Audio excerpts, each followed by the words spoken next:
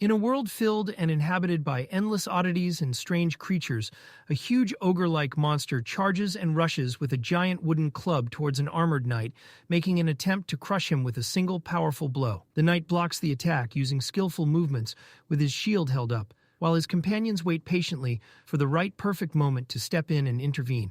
The instant the knight engages and clashes with the monster, the young archer shouts out loud, signaling and alerting the rest of the team to launch their attack. The mage and the archer spring and launch into action together at the same time, their arrows and magic spells flying and soaring towards the target with extreme precision and accuracy. Intense flames burst and erupt, consuming and engulfing the monster's body and knocking it down to the ground with destructive and devastating force. These creatures, which strike terror and fear into the hearts of all who see and witness them, and are called monsters by human beings, fall defeated and conquered before the team's cooperation and teamwork. The archer breathes and releases a sigh of relief after the battle comes to an end, and finishes, checking on his comrades to ensure and verify their safety and well-being. The mage with the rabbit-like features and appearance feels relieved and grateful that they are safe and unharmed, while the other female archer celebrates and rejoices at her combat level increasing and rising. The archer expresses thanks to the knight, whose name is Marin, confirming and stating that having a vanguard positioned in the team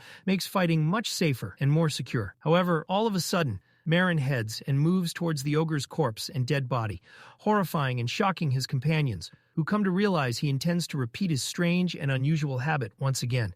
Marin begins preparing and prepping a huge knife and starts with skill shaving the hair off and removing it from the ogre's limbs and body parts. He drains and removes the blood and slowly boils the meat with spices to eliminate and remove the gamey smell, then cuts and slices it into bite-sized pieces. He places and puts the meat in the pan and stir-fries it with pasta, amidst looks of disgust and revulsion from the rest of the team, who are not used to or accustomed to this sight and scene. The girl in the team questions and wonders why he insists so strongly on eating monsters, despite the availability and presence of normal food, justifying it to herself that he makes attempts to make it as delicious and tasty as possible. Marin adds and includes a final touch of green garnish to complete the dish. He proudly makes an announcement about the completion of the ogre cream pasta, which appears and looks shiny and appetizing and appealing. Marin devours and consumes the food with a great appetite and enthusiasm, prompting and causing his companion to ask with curiosity if it really and truly tastes good and pleasant. Marin extends an offer to them for a taste, but the girl completely and flatly refuses the offer, feeling nauseous and sick. The knight continues and carries on eating, confirming and stating the taste is extremely delicious and wonderful, pointing out and mentioning that the inhabitants of this world are ignorant and unaware of how wonderful this flavor and taste is. Marin describes to himself internally how the ogre meat juices mixed and combined with the cream and the foul, terrible smell disappeared and vanished, and how the tender collagen melts and dissolves in his mouth. The pasta cream and fats blend and harmonize to create a multiplied taste of delight and pleasure. His companions look and stare at him in astonishment and amazement as he reaches the peak of happiness and joy, considering and viewing him as a unique and eccentric person with unusual tastes. During the break and rest period, the archer breaks and interrupts the silence by asking and questioning about the news regarding the discovery of the recently missing hero's body and corpse, causing and making Marin stop eating for a brief moment. The team feels shocked and surprised to learn and discover that the body was found and located in the southern Tursan forest, a place and location they passed near just a few days earlier in the past. The mage wonders and questions anxiously about the strength and power of the monster that could manage to defeat a promising and talented hero like him. Marin stares and gazes at his plate in silence and quiet, thinking and contemplating about the magnitude and size of the threat lurking and hiding there. The female archer comments and remarks sarcastically that Marin, no matter what the monster might be, only thinks and focuses about how to eat and consume it. Marin finishes and completes his meal and clasps his hands together in thanks and gratitude, lost and absorbed in deep thought without uttering or speaking a word. Going and traveling back 3 months in time, in a small southern village settlement, chaos and panic prevail and dominate due to the sudden and unexpected halt of carriage traffic and transportation. A man stands positioned amidst the crowds and groups, trying and attempting to explain the situation for the 1000th time, announcing and declaring the appearance of a red wild boar, threatening and endangering the area and region. In a dark forest filled with shadows, a huge red monster appears and materializes, blocking and obstructing the road and spreading terror and fear, making travel through this path completely impossible and unfeasible. In the neighboring village nearby, the merchant stands frozen and shocked, looking and observing at the state and condition of the smashed and destroyed carriage that just returned moments ago, while the driver seems and appears to be in a pitiful state of fear and terror. The merchant makes an announcement to the gathered and assembled travelers that they will not leave and depart the town for the time being and foreseeable future, advising and suggesting them to find another different way, because all carriages face and encounter the same fate and outcome. Frustration and disappointment clouds people's faces and expressions as an old elderly woman expresses and voices her sadness at not being able to see and visit her son, only for the merchant to confirm and verify that travel today is not possible or achievable. The merchant's assistant approaches and comes to him anxiously and nervously, asking and questioning about a solution and answer, especially since the deadline for delivering and transporting goods to the noble is only 3 days remaining away. The merchant strikes and hits his forehead in sorrow and grief, realizing and understanding that being late and delayed for a noble client will cause and create them a huge problem with dire and terrible consequences. The merchant notices and observes a knight wearing and donning a helmet with a red feather sitting quietly and calmly in his carriage, so he shouts and yells at him angrily that his circumstances and situation don't matter and aren't important, and he must search and look for another carriage if he's in a hurry and rush. The knight steps and climbs down from the carriage slowly and gradually, and that's when something specific about his appearance and look catches and grabs the merchant's attention and notice.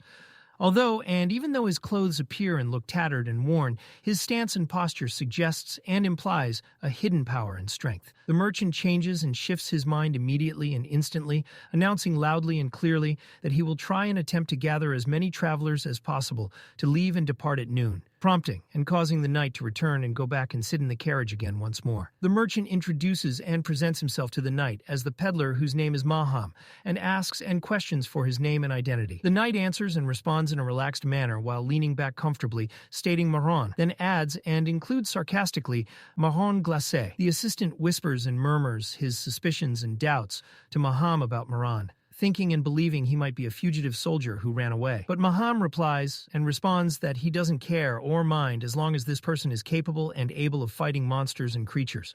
Marin sinks and falls into silence as if he had fallen asleep and unconscious, while the merchant continues and carries on talking about gathering and assembling mercenaries if necessary and needed. Meanwhile, Marin dives and plunges into a dark nightmare and terrible dream, seeing and witnessing a blood-stained hand and wondering in a voice filled and overflowing with pain why this event happened and occurred. A scene appears and materializes before him of a hero lying motionless and still by a tree trunk, having lost and departed his life mysteriously and strangely. Terrifying and frightening images follow and continue in his dream as he is subjected and exposed to a lightning attack in the forest wilderness. A giant spider monster appears and emerges, while Marin screams and shouts inside that he doesn't want to die and perish and will return alive no matter the cost and sacrifice. Marin crawls and drags himself in his dream while bleeding and injured, determined and resolved to reach Adorama to meet and encounter a person named Mr. Ron. Marin wakes up suddenly and abruptly to a touch and tap from the merchant Maham, who apologizes and expresses regret because he couldn't tell and determine if he was asleep due to the helmet covering his face. Marin lets him know he's all right, so the merchant just explains they were chatting about where the travelers are headed. The travelers were buzzing, talking about their plans. Some had their sights set on Helm, others were all about Adorama. While the group kept the convo going, Mayhem turned to Marin, wanting to know exactly where he was headed in the city. Marin tells him he's heading out to visit his family at St. Reyes Orphanage. The merchant wasn't expecting that. He's never even heard of an orphanage by that name around here. Still, with how big the city is, he just figures it's probably real. While they're chatting, this massive mercenary just rolls up out of nowhere. He sizes up Marin, clearly checking if he's built different, then starts asking about Marin's level like he's scoping out the competition. The mercenary pops open his magic status window, showing off his stats. He thinks it'll be way smoother if everyone knows what each person can do. The mercenary flexes his level 23 status, basically telling Marin there's no way he's getting there anytime soon. He throws in that maybe, if Marin really grinds, he could pull it off one day, but it's not happening for him right now. Marin just pulled up his status window like it was no big deal, but what popped up had everyone bugging out. That number 95 stood out clear as day, and both the mercenary and the merchant were just frozen, totally caught off guard. Out of nowhere, one of the guys totally freaks out and starts pointing down the road, eyes wide. There's dust flying up, and everyone can tell something's coming fast. The red wild boar charges straight at the convoy, moving crazy fast. The monster let out a wild roar, sounding like it was ready to tear everything apart. The mercenaries saw the danger and instantly tried to get everyone focused, telling them to get ready and pull the monster away from the carriage before things got out of hand. One of the mercenaries locks in, deciding he's not backing down. With the enemy right there, he knows there's no way out. He's ready to face whatever's coming, no matter what. Marin stands there, eyeing this massive red boar. Even though the thing looks straight up weird, he keeps telling himself it's just a regular wild boar, nothing special, just like the name says. He uses his appraisal skill and a wild info screen pops up. Turns out this monster is level 62, stacked with insane attack and defense. Going up against it isn't going to be easy. Marin pulls out his sword, totally locked in. He thinks this monster could be the real test he's been waiting for, the kind of fight that shows where his skills are at right now. From behind, the mercenary calls out, pretty much telling him he's nuts for trying to take on that beast by himself. The wild boar charges straight at him, moving way faster than anyone would expect, but Marin stands his ground, totally locked in and not backing down. He braces himself, ready to meet the boar head on. Marin moves so fast, you almost miss it. He swings his sword straight at the monster coming at him. With just one hit, the red wild boar gets sliced perfectly in half and drops, done for, right there in the dark. Marin just stares at his sword, totally caught off guard by what he sees. Around him, the travelers can't hold it in. They start reacting, all hyped up and not really believing what just happened. The whole place goes wild, and Marin just stares at his hand, kinda stunned that he actually pulled it off. He stood over the giant monster's body, thinking the level gap must have made his attack way stronger than he expected. The mercenary walks up and smacks Marin on the back, clearly impressed by what just went down. He can't believe Marin managed to slice through a monster that huge in one shot. It's wild.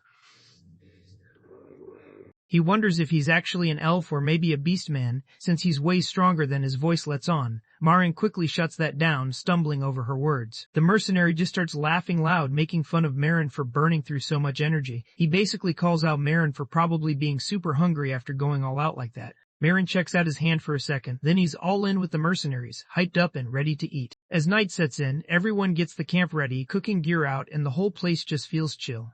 While Marin is doing his thing, two guys are off to the side, quietly eyeing him. They can't figure out who he is or why he's covering up his face like that. The cheap gear throws them off, but they're starting to wonder if he's hiding something crazy. Maybe he's got some hidden skills no one expects. Somewhere else, the girl with orange hair started messing around with the merchant, teasing him about Marin's old sword.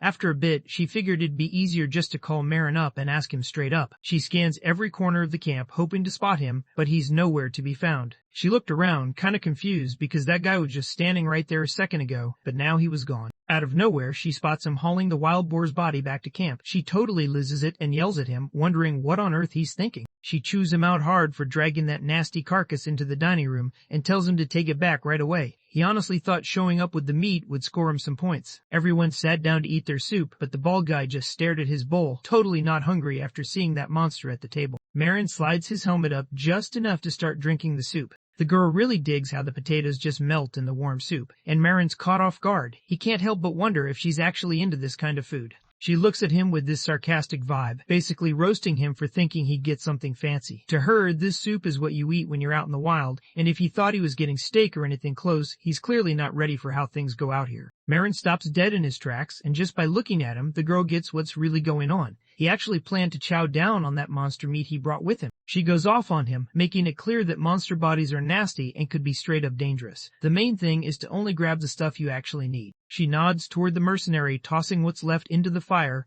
making it clear she'd rather go hungry than mess with something that nasty. She tries to switch things up and keep it chill, pointing out that they're both going to Adorama. She tells him he should eat what's there, even if it's not his favorite, since there's still a long way to go. The guys were struggling to get a fire going with the monster's body, but nothing was working. So, one of them turned to the archer girl, hoping she could help out. She steps up when asked and tells everyone to give her some space so she can get ready to use her skill. Marin just stands there, totally surprised, thinking about whether it was even smart to ask an archer to handle starting a fire in the first place. His eyes go wide when he watches the girl casually blast a fireball from her hand, lighting up the carcass like it's nothing. Under his helmet, Marin's eyes go wide. He's totally caught off guard seeing her pull off magic like it's nothing. He's honestly impressed by how chill and easy life gets with magic, just watching it all play out. She kind of nudges him, saying he should give it a shot since it's not even hard and actually comes in clutch all the time. Marin walks up to the girl, kinda unsure, and asks if she's from the magic tower. The question totally catches her off guard. He starts talking about how most mages are from that place, but she just laughs and cuts him off, making it clear she's actually an archer, not a mage.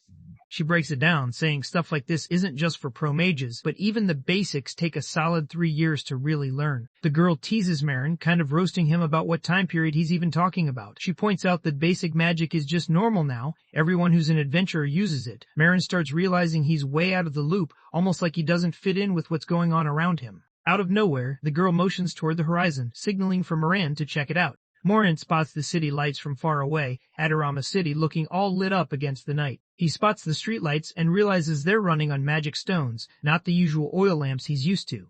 It catches him off guard for a second. The girl lets him know this kind of thing doesn't really show up in the countryside, but around here, it's just how things are. He gets even more surprised when he spots a kid messing around with this robot doll that's moving on its own, powered by magic. The girl just points out how even toys for little kids run on magic these days. Marin stands there just staring out at the city, thinking about how fast everything moves now. He remembers being a kid, back when none of this tech was around.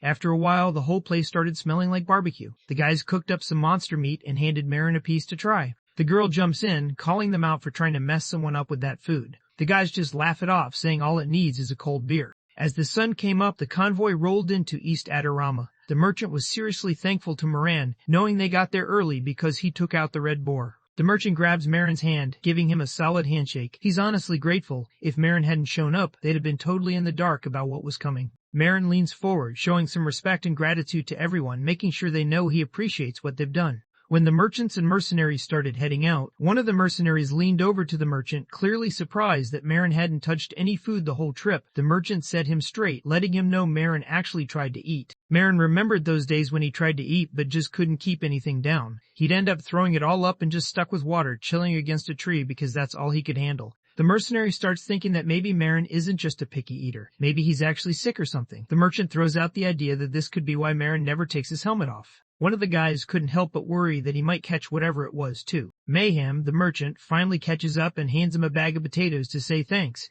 It wasn't something they talked about before, just a little bonus for helping out. The merchant really wants him to take it, saying it's the least he can do. He sends him off, hoping they'll cross paths again someday. Marin just stands there, quietly staring at the potatoes he's holding. He keeps moving through the city, letting out a deep sigh. Even with everything that's happened, it finally feels like he's back home. He walks through the city and starts noticing how much things have changed. There are all kinds of people and monsters everywhere now. It doesn't really feel like his place anymore, and it kind of throws him off. Even with everything around him changing, he spots this old bakery that's still packed with people, just like back in the day. Seeing it brings back memories, and he can't help but feel a wave of nostalgia. Marin strolls through the city, mumbling under his breath while his sneakers hit pavement he knows by heart. He keeps his eyes on the corner up ahead, knowing his place is just around that spot. He pictures St. Rice's orphanage in his head, the cozy wooden place with that bell tower he grew up seeing all the time. He turns the corner and just stops. The orphanage isn't there. He's staring at a bright toy store called the Little Bear instead. For a second, he's just standing there, trying to figure out if he somehow messed up the route he's known forever. Marin walks up to the glass window, pressing his hand against it as he checks out the dolls inside. He tries to push away his doubts, telling himself he's in the right spot. The whole time, he can't help but be surprised that there's a shop here he's never even noticed before. The shop owner, a young guy with glasses and an apron, steps out and casually checks if he needs help finding anything. Marin gets all curious and starts pressing him about St. Rice's orphanage, making it clear that this was the spot for sure. The shop owner looked a bit lost, scratching his chin as he tried to figure it out. He mentioned he was actually the second person to run the shop, but that name didn't ring any bells for him at all. Marin keeps saying the orphanage was right here, but the seller just keeps shutting him down, acting like he's never even heard of it. Out of nowhere, an old guy chilling on a wooden bench jumped in, calling out to Marin and wondering if he was trying to find that orphanage. Marin walks up to him, and the old guy says he never actually saw the orphanage himself. He just heard people talk about it from way back. Marin checked out from the convo ages ago, not even catching what the old guy was going on about, while the man just kept rambling, lost in his own stories. When the old man dropped the news, Marin just froze. Hearing that the orphanage was totally gone, burned down and wiped off the map, hit him all at once. He also mentions the place got completely wrecked by a dragon. Right then, Marin remembers the last moments of his first life. He sees himself wearing regular modern clothes, sinking down into the water. That life? Pretty plain, nothing special. He drifts down into the cold and dark, nothing in his head, nothing to hang on to. It's just quiet, empty, like he's fading out for good. He could still remember sitting at the dinner table, surrounded by his family. Everyone else had already left, And that's when his first life quietly came to an end. He snaps awake, eyes locked on this random wooden fish toy swinging overhead. For a second, he can't believe he's even looking at a ceiling. Last thing he remembers is sinking underwater, thinking he was done for. Two little kids peeked over the edge of the bed, totally hyped because the baby was finally up. The kids race over to find sister, trying to be the first to spill the news. Baby Marin's head is spinning. He's totally lost, trying to figure out what's going on. Not long ago, he knows he was caught up in some kind of accident. A woman walks over, her foot stepping into view while she calmly tells the kids to keep it down. She doesn't want them waking up the little one who just got up. She picks him up, holding him close like she really cares, giving him that soft smile that says she's just checking in to see if he slept all right. The nun, all smiles, greets him as soon as he steps in, arms wide open, making it clear he's welcome at St. Riz's orphanage. She picks him up and holds him in the sunlight coming through the window, letting everyone know he's officially one of them now. Marin really takes in that moment. It's like his first real memory here. For the first time in forever, he actually feels what it's like to be part of a family again, something he honestly thought he'd lost for good. His mind jumps to another moment. He's grown up now, rocking his armor, dropping off a bag of cash for the nun. She looks older and pretty sick, coughing while he hands her the monthly donation. The nun awkwardly pushes the money back, clearly not cool with him working himself to the bone and dipping out as soon as he shows up. She's not having it, and honestly, she just wants him to chill. Marin just flashes a quick grin, trying to calm her down. He says it's nothing complicated, just that he's heading south to wipe out a bunch of goblins. He's hoping she won't stress about him being gone so much. The nun watches him, her eyes showing she actually cares and can't help but give in after seeing how serious he is. Right as he's about to head out, she calls out softly, wanting him to promise her something before he goes. Way back, Marin remembered this calm moment when the nun called him to head back before it got dark. She said she'd make his favorite berry pie, and honestly, that kind of promise always got him moving. Under his helmet, Marin flashes a confident grin, letting everyone know he's locked in and plans to come back no matter what. Marin snaps back to reality and realizes he's in front of this massive tree out in the courtyard. A nun walks up to him, her vibe kind of sad, and asks if he's searching for whoever's buried there. She tells him that after the whole dragon mess, most of the buildings had to be rebuilt. But the worst part, nobody from the orphanage made it. Now, the temple's the one taking care of things. The nun notices nobody's come by this grave in a while. She looks over, wondering how the guy kneeling there is connected to whoever's buried. He just stays quiet, not saying anything, lost in his own thoughts.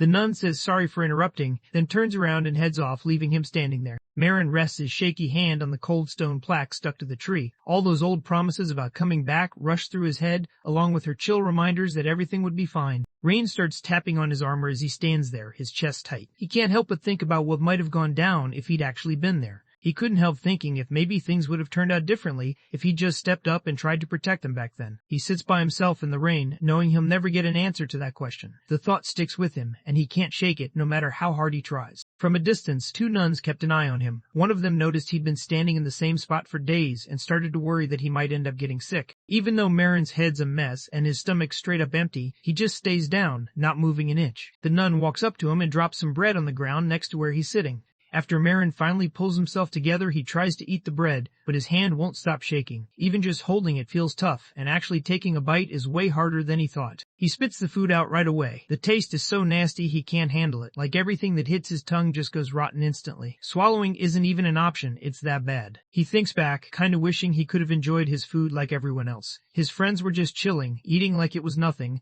while he sat there struggling and wondering why it had to be him feeling this way. He sits by himself at the grave, noticing his body isn't right. No matter what, he can't even eat to fill his stomach anymore. He's stuck in this dark place, thinking he's lost his family all over again and has nobody left. It gets so rough that he starts wondering why he's even here or what the point is. Then, out of nowhere, something catches his attention. He catches a weird scent that instantly grabs his attention and pulls him out of his heavy thoughts. That smell hits him. It's meat, but way better than anything he's ever had. It's nothing like the bland stuff he couldn't even finish before. He can't stop himself from drooling, and his feet just start moving on their own, pulling him closer to whatever's making that smell, like he's totally locked in. He follows the smell and ends up in a sketchy alley, catching two guys trying to burn a bunch of bodies without anyone noticing.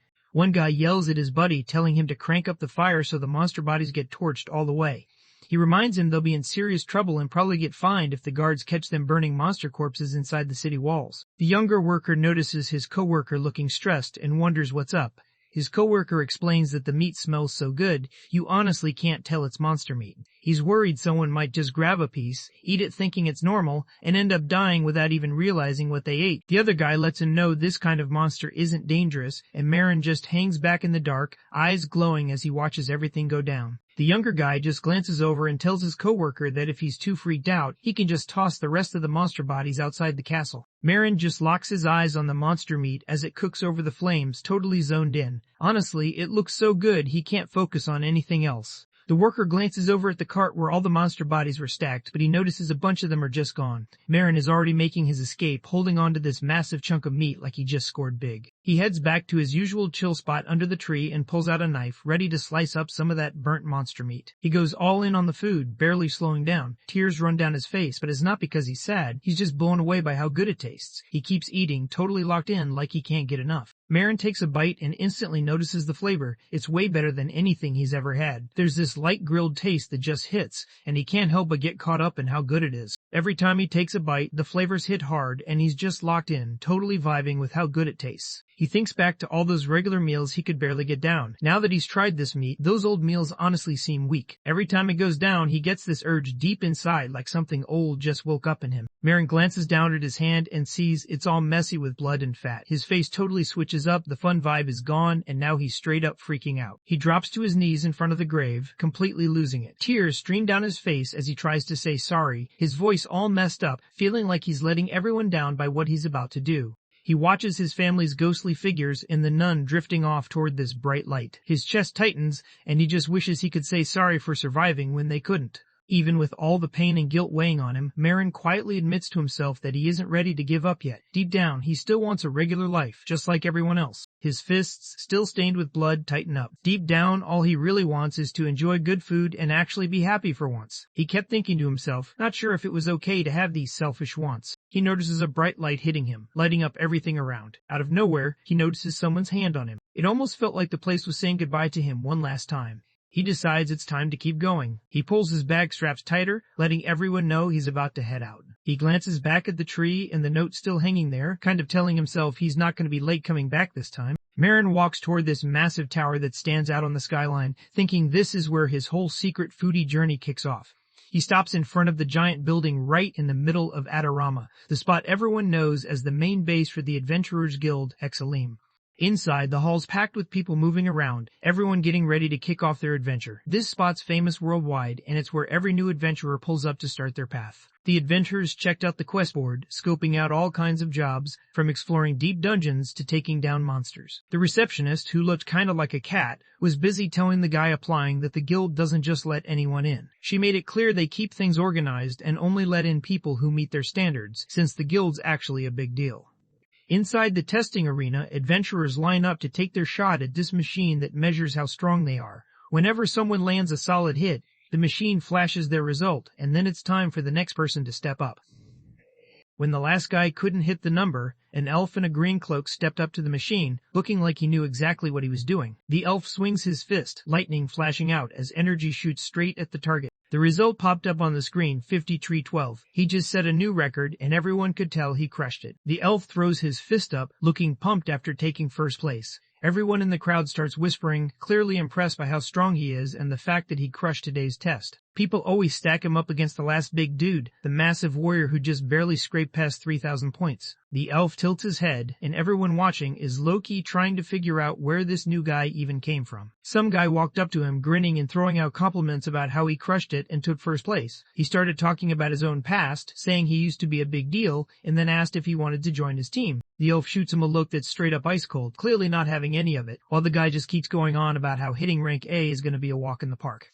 Marin wasn't really paying attention and ended up running into the silver-haired elf right in the middle of the guy telling someone off for getting all up in his space. Marin says sorry right away, messing with his helmet and looking kind of awkward. The small guild worker cuts in, pretty annoyed that Marin still hasn't taken the test. Marin just nods and mumbles another sorry barely loud enough for anyone to hear. The guild employees let out a sigh, kind of annoyed with Marin. He always seemed unsure of himself, and they couldn't figure out how someone this tense was supposed to make it through the test. Out of nowhere, the elf grins and tells Marin he should chill out, since stressing too much is just going to mess up his game. He casually rests his hand on Marin's shoulder, trying to explain where he's coming from. Marin isn't totally sure about it, but he gives a quiet thanks anyway. The elf looked at Marin and gave a quick confident wink. He was chill about it, letting Marin know that everyone, his friends and the people around, needed to have each other's backs when stuff like this went down. Marin just stood there, totally confused, watching the elf walk off. He couldn't wrap his head around being called colleagues. It just didn't click. When they walked in, Daisy at the front desk spotted them right away. She looked super happy to see them, almost like she'd been waiting all day just for this moment. The elf walks in like he owns the place, all energy, and calls her out by name right away. Word started going around at work that he'd snagged first place on today's test. The employee brought it up, but he just shrugged it off, acting like it was no big deal. The employee gives him the certificate, smiling like it's business as usual. Just like that, he's officially part of the Hexalum Guild, ready to start his journey as an adventurer. Dahlia looked at the certificate and just stared. There it was, a rank D. He couldn't believe it. He knew he crushed it and even got first place, so seeing that rank made no sense. He was sure the people who did the scoring messed up big time. The employee stays chill, holding the certificate tight, and lets him know that everyone has to kick things off at rank D because of the rules. Still, with skills like his, he's bound to level up fast. Dahlia's ready to get going, so she asks to jump right into a quest. The worker checks and pulls up 2 quests that are just right for someone at rank D. The first quest is all about taking down the Gargoyle Mansion at level 15, while the second one has him hunting for goblin eyes that show up around that spot. Dahlia was totally down to grab both quests, ready to go all in. But then, the staff member hit him with some news. These quests were only for teams, so solo runs were out of the question. It's been ages since anyone cleared out the Gargoyle Mansion dungeon, so now there's a ton of monsters packed inside. She points out that rank D adventurers can't just roll into dungeons. Solo rules say they've got to squad up first so nobody gets wiped if things go sideways. Dahlia glanced around the hall, clearly annoyed, knowing he still had to go find a team. Dahlia looked around the hall, not impressed with the crowd of adventurers. He was trying to figure out if there was anyone here worth teaming up with. Out of nowhere, a loud crash rocked the place. A giant test golem tore through the wall and shot past him, moving so fast it was unreal. Stuff and dust exploded everywhere, and Dahlia just froze, not sure what to do after that wild moment. Everyone's making sure their friends are alright, dust still hanging in the air.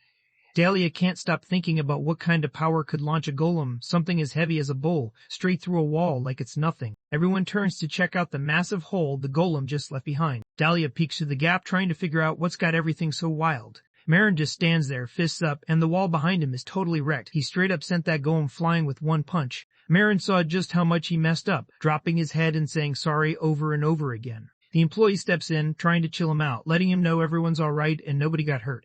He wants to reassure him that the test was legit, no cheating happened. Still, he can't wrap his head around how strong this guy really is. Marin keeps saying sorry, actually meaning it this time, staring at the mess he caused while everyone around him just stares, totally stunned. Marin's mind is stuck trying to figure out how much all this is going to cost, crunching numbers like crazy. Then one of the workers steps up and says that paying up will fix everything. The bill covers fixing the outside wall, some busted furniture, and even paying for the golem. Sweat rolled down Marin's face under his helmet as he listened in on all the stuff about getting paid during the work stoppage. The employee grinned as he held up the bill, letting him know it was just 2 gold coins and 30 silver. Once he paid up, everything would be sorted, no issues coming his way.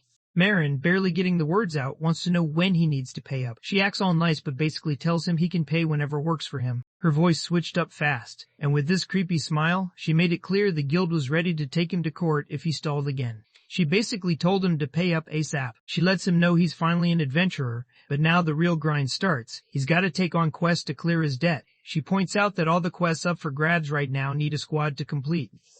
Right then, the elf Dahlia stepped up and asked Marin if he wanted to squad up. Dahlia said he'd been searching for a teammate for his own quest anyway.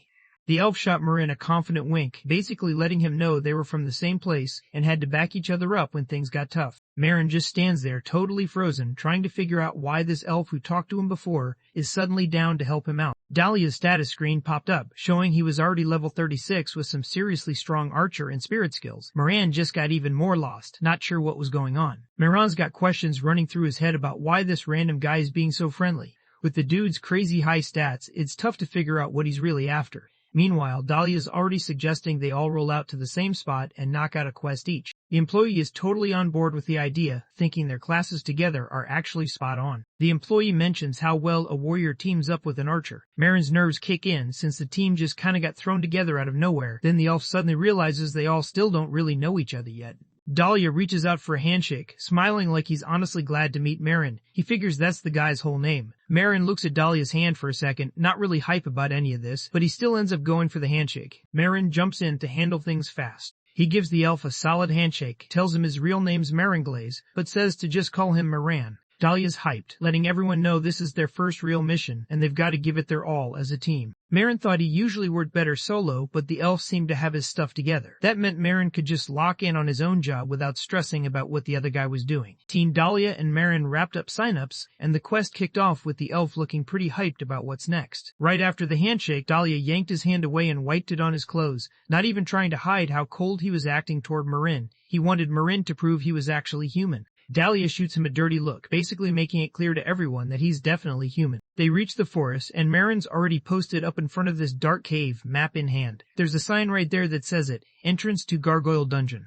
Marin posted up right at the entrance, blocking everything, and it seriously got on Dahlia's nerves. Dahlia just can't believe his luck. He ends up stuck with a human, which honestly annoys him, and he can't help but wonder why he has to roll with someone he thinks is way below him. Marin glances over at Dahlia, checking out how tall she is and just how good she looks, and starts thinking about what elves are really like. He thinks back to how humans used to treat elves, basically turning them into slaves, and that kind of explains why things have always been rough between the two groups. He thinks back and realizes the worker was an elf too, but she wasn't really rude to him or anything. Marin kept following the elf, staying close until they finally showed up at the Gargoyle Mansion. Marin steps into the courtyard, and right away he can tell this place is on another level. Everything feels off, almost like he's left the real world behind. No wonder they call it the mansion. He spots the target right away and checks it out with appraisal. Turns out it's a level 18 gremlin. Nothing too wild, just average attack and defense.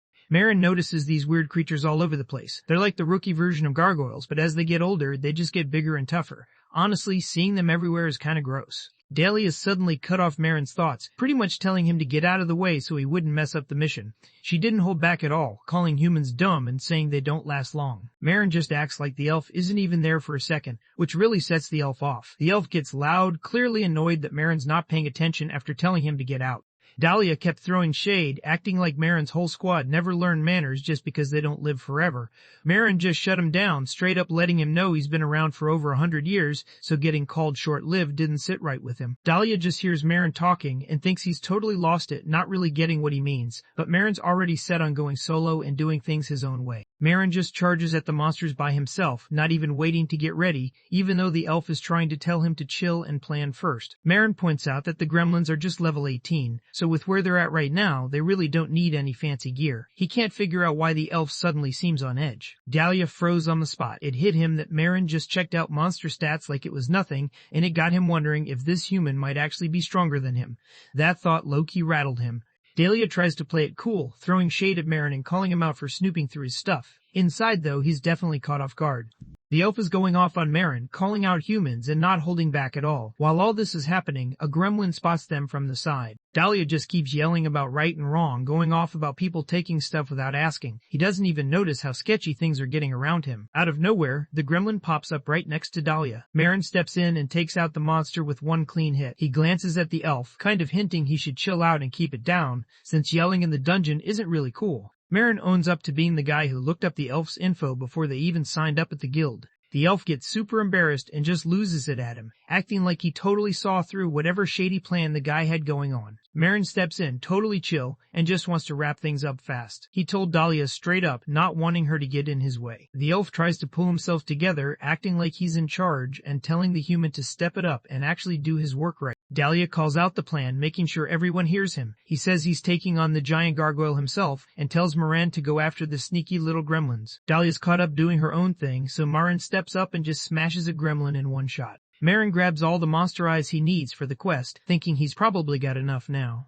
He glances over at his teammate to see how he's doing. A massive level 21 gargoyle shows up, its stone body looking almost unbreakable as it blocks the elf's path, totally ready to throw down. Dahlia was out of breath, realizing his arrows weren't doing anything to the monster's rock-hard body. He stands his ground with his bow aimed at the monsters, totally focused. Marin keeps an eye on him, pretty sure that if the elf gets left by himself, he's done for. Marin doesn't jump in right away. Out of nowhere, he just starts getting his cooking gear ready, like he's about to whip up a meal instead. He picks up a gremlin's body, trying to figure out how he's even supposed to cook this thing. Marin spots that the monster looks like a frog, so he just gets ready to cook it up like one, not even bothered by the chaos going on in the background. Marin picks through the monster's body, grabbing whatever parts he can actually eat. He quickly realizes there's way less meat on it than he thought there'd be. Meat was pretty hard to come by, so he figured he'd get the most out of what little he had by turning it into grilled skewers. Grilling meat by himself could get kinda dull, so he throws some innards on the skewers too, thinking they might taste just as good as beef or pork ones if he cooks them right.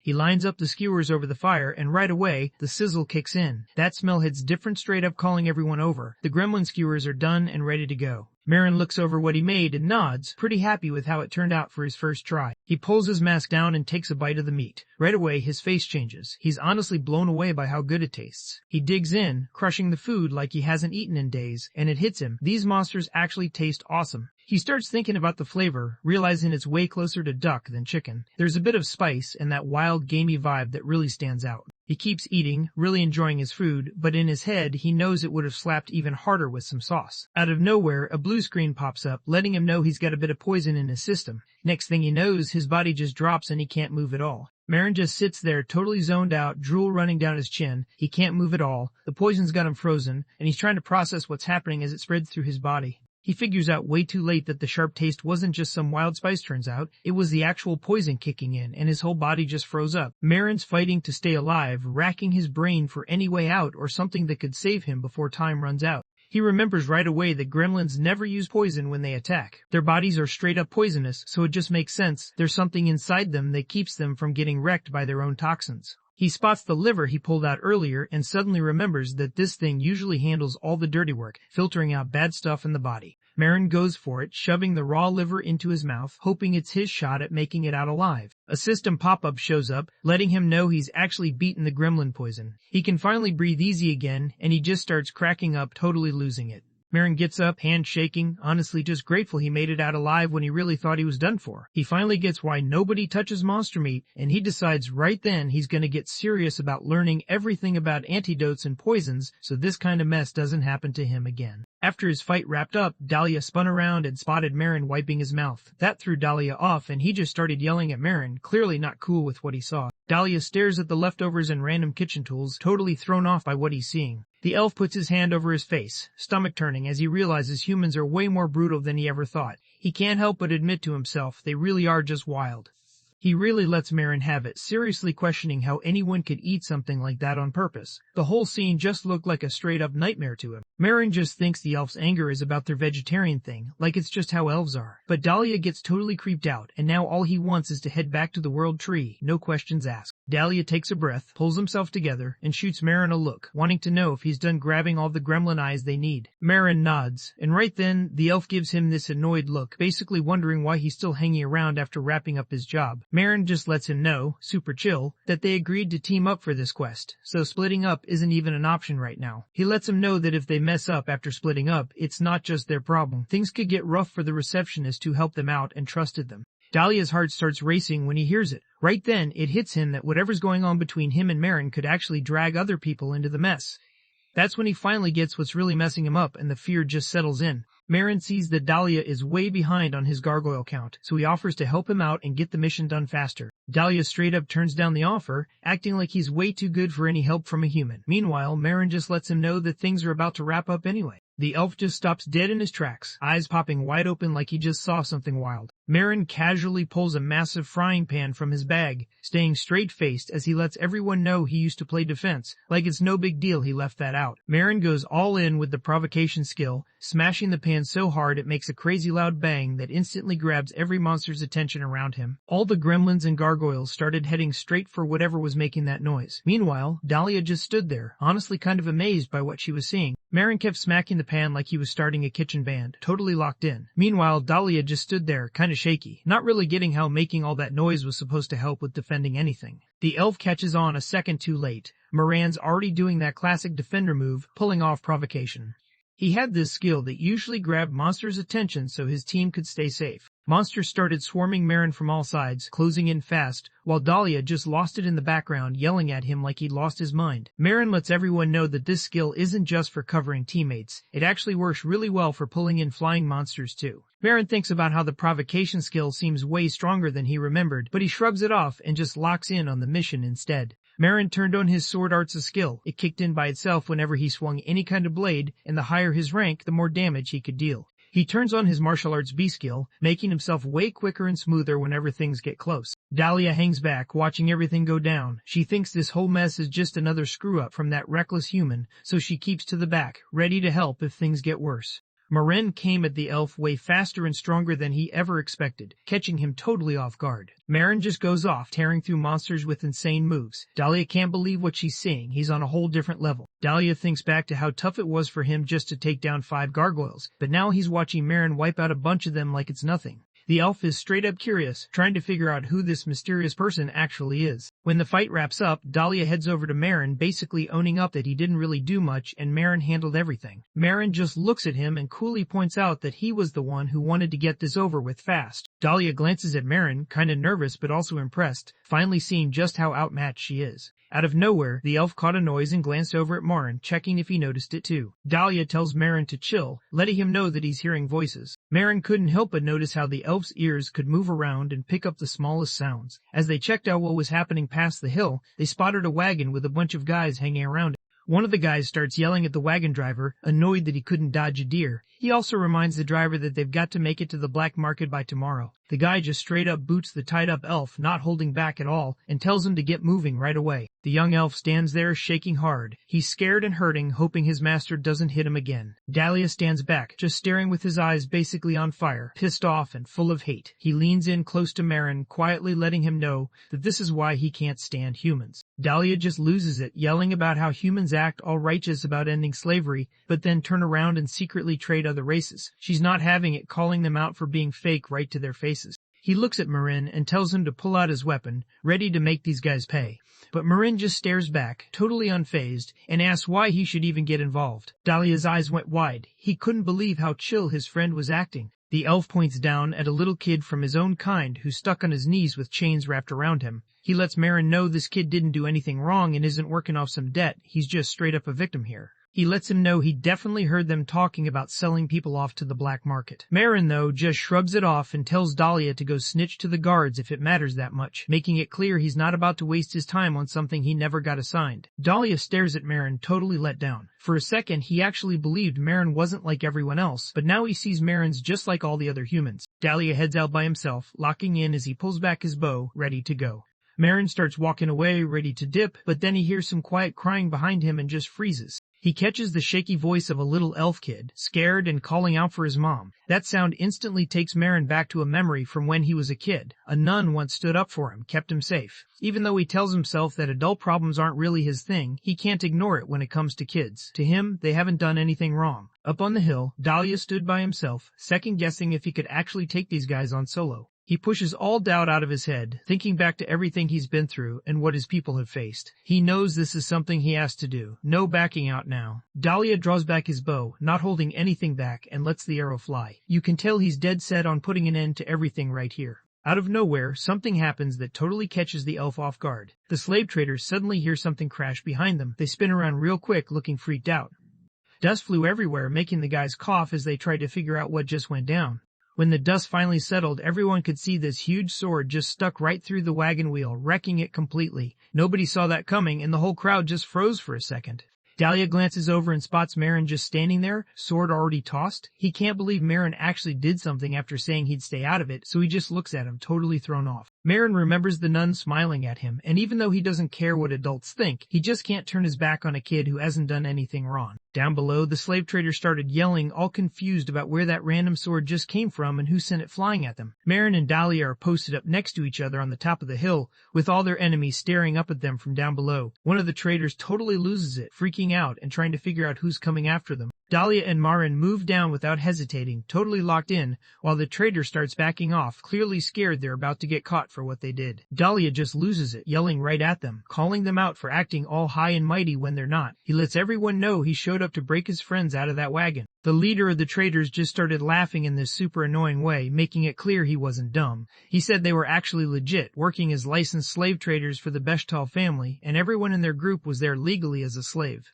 The trader gestures at the wagon, and Dahlia just stares, totally thrown off and not sure what's going on. The man stands tall and points at the crest on the wagon, flexing that it's the Bechtal family's mark. He wants the other side to apologize for real and cover any damage costs. If they don't, he's basically saying nobody's getting out of here in one piece. The trader grumbled to himself, clearly annoyed, thinking about how elves were always out in the woods doing their own thing and somehow messing things up because they just didn't get how things worked. Out of nowhere, Dahlia cuts him off, her voice cold and intense, demanding to know what he just said. Marin locks his eyes on the crest, really zoning in. He spots something off right away. Without hesitating, he calls it out. This crest isn't legit. It's not the real Bechtal family crest at all. The traders start to panic, and Dahlia looks over at Marin, surprised by his words. The trader starts yelling right in Marin's face, trying to shut him up. He jabs a finger at the wolf crest painted on the wagon, acting like he knows everything, and says it's the mark of the old Marquis Bechtal family. Marin studies the crest, locked in on the wolf's eyes. They look totally normal, nothing weird or broken about them. This is when Marin finally drops the truth. Turns out, the first Bechtal only had one eye, and that detail always shows up in their family crest. The drawing clearly shows the wolf with both eyes, so Marin instantly figures out the crest isn't real. The trader totally panics, breaking into a sweat, knowing he just got exposed. Marin looks straight at the trader, watching the fear all over his face. He got a cold reminder that pretending to be a noble isn't just risky, it straight up gets you killed. The trader suddenly gets that he's been caught and just loses it, yelling at his crew to take out Marine and Dahlia right now since they've got the numbers. The mercenaries charge straight at them, and this massive dude steps up, ready to swing his sword at Marine. Marin thinks back to when mercenaries had this unspoken rule where they wouldn't go after each other, kind of like a code. Now, he notices nobody really cares about that anymore. Marin slips past the attack like it's nothing, then out of nowhere, he just slams his head right into his massive opponent. He shoves the huge mercenary back, blood running down his face. His friends just stand there, frozen, not believing what they're seeing. He smashes straight into the rocks, hitting hard enough to kick up a cloud of dust. The big guy just drops, knocked out cold from that one hit. An arrow whizzes right past the trader's face, catching him off guard. The trader drops to the floor, shaking hard. He can't believe this is actually happening to him. Dahlia locked his eyes on them, arrow ready to fly, looking like he meant business. Marin didn't back down either, posted up and ready to go again. That was all it took for the trader to just give up, not even trying to fight back. The scene jumps to a chill spot inside the mercenary HQ. Marin and Dahlia are posted up looking around, while the elf just can't hide how thankful he is that they got him out. The mom, her daughter, and the other elf dude all show respect to Dahlia, really grateful for how he stepped in and saved the day. Dahlia walks up to Marin and says sorry for being late. Marin wants to know if everything's sorted out now. Dahlia lets everyone know the guards took care of the illegal slave traders, and now it turns out some of their own family members were caught up in the whole mess too. He's honestly relieved knowing those guys are finally getting what they deserve, especially since everyone found out they were faking being nobles. The little elf girl walks up to Marin, looking kind of nervous. The kids started calling him Uncle Helmet, saying he was awesome and really grateful he showed up when he did. The mom and her daughter say bye to Uncle Helmet and Dahlia, then head out, leaving the spot calm again. Marin and Dahlia are just sitting there, no one else around. Things get pretty quiet and kind of weird. After a bit, Dahlia lets out a sigh, clearly not expecting to ever have to say what he's about to say to a human. Dahlia awkwardly tries to thank Marin, clearly not liking the whole gratitude thing. He knows deep down that without Marin stepping in, his crew wouldn't have made it. Dahlia was just standing there, basically waiting for some fancy answer. Out of nowhere, Marin reached out his hand, face totally blank, just wanting the cash. Dahlia just stands there, completely still, not knowing what to do. Marin says it again, this time making it super clear if he's really thankful, he should show it with cash. Dahlia takes a quick step back, totally thrown off. She starts thinking maybe Marin was only helping him in the dungeon just to chase some cash. Marin shakes his head, not buying into it, and basically shows he trusts cash way more than promises. Dahlia gets heated, not believing for a second that he was ever thankful to the person who helped him out. He grabs a bag of cash and chucks it right at Marin's face, clearly fed up and just wants him gone. Marin snagged the money bag as Dahlia stormed out, mad and done with trusting humans.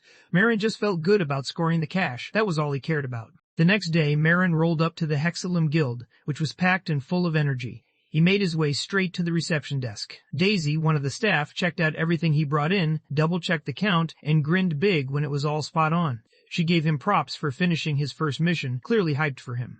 She's honestly impressed with how fast and well he finished, especially since this mission was no joke for someone new. Marin just nods and gives a quick thanks, not trying to flex or anything. Daisy drops a couple of silver coins into his hand as payment, but honestly, it's barely anything. Marin stares down at the coins in his hand, barely believing how little he's getting. He can't help but think, is the reward always this week? Daisy flashes a totally innocent smile as she lets him know that, because of the guild rules, any money he owes gets taken out of his rewards until he's paid off. She hopes he gets it. Marin just kind of shuts down, barely holding it together as he promises her he'll pay off the debt as soon as he can. He walks out of the office, his steps slow and weighed down. Not wanting to sit around thinking about what went wrong, he signs up for another mission right away, hoping he can bounce back. He checks out the quest board, but instead of picking the usual stuff, he's thinking about switching it up. He's craving some new food and wouldn't mind making some cash on the side. Scanning through the list, he looks for quests that fit his rank. He decides to pass on the extermination quest in Stas Dungeon level 15, since all the monsters there are basically stone and you can't even eat them. He spots an extermination quest at Goblin Hut, level 26, a spot he's never checked out before. Marin starts thinking about what goblin meat might taste like. He wonders if it's kinda like pork, and suddenly his brain just serves up this mental picture of some epic grilled meat, all juicy and perfect. Out of nowhere, he catches a voice he knows calling out. He turns around and spots the girl with orange hair, the same one he teamed up with in that fight before. She's honestly stunned to see him standing there and can't help but look pretty happy. She even laughs a bit, messing with him about how she figured he'd probably starve to death somewhere. She quickly says sorry for getting caught up in conversation and then starts pointing out who's on her team. She brings him over to meet Olga, the team leader. Olga's a young guy with blonde hair who comes off as pretty chill and easy to talk to.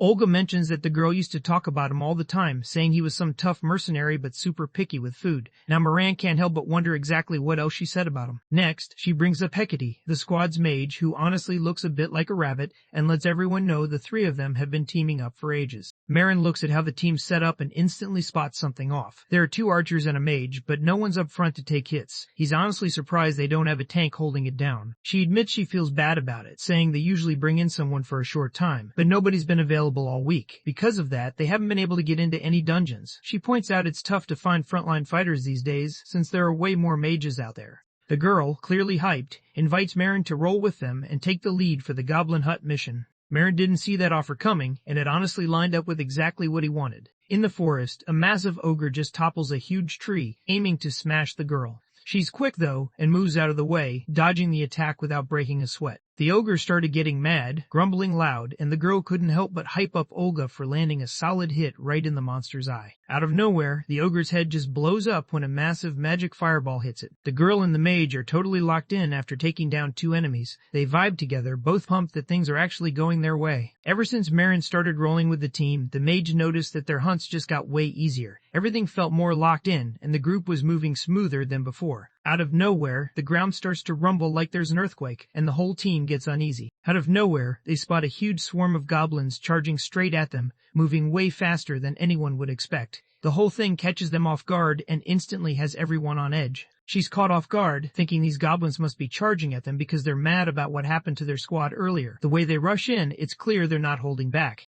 Olga suddenly yells out, telling everyone to drop everything and get out fast, because there's just no way they can handle this huge crowd. Hecate tried to make a run for it, but she wiped out and hit the ground hard. Now, the people chasing her had a clear shot at catching up.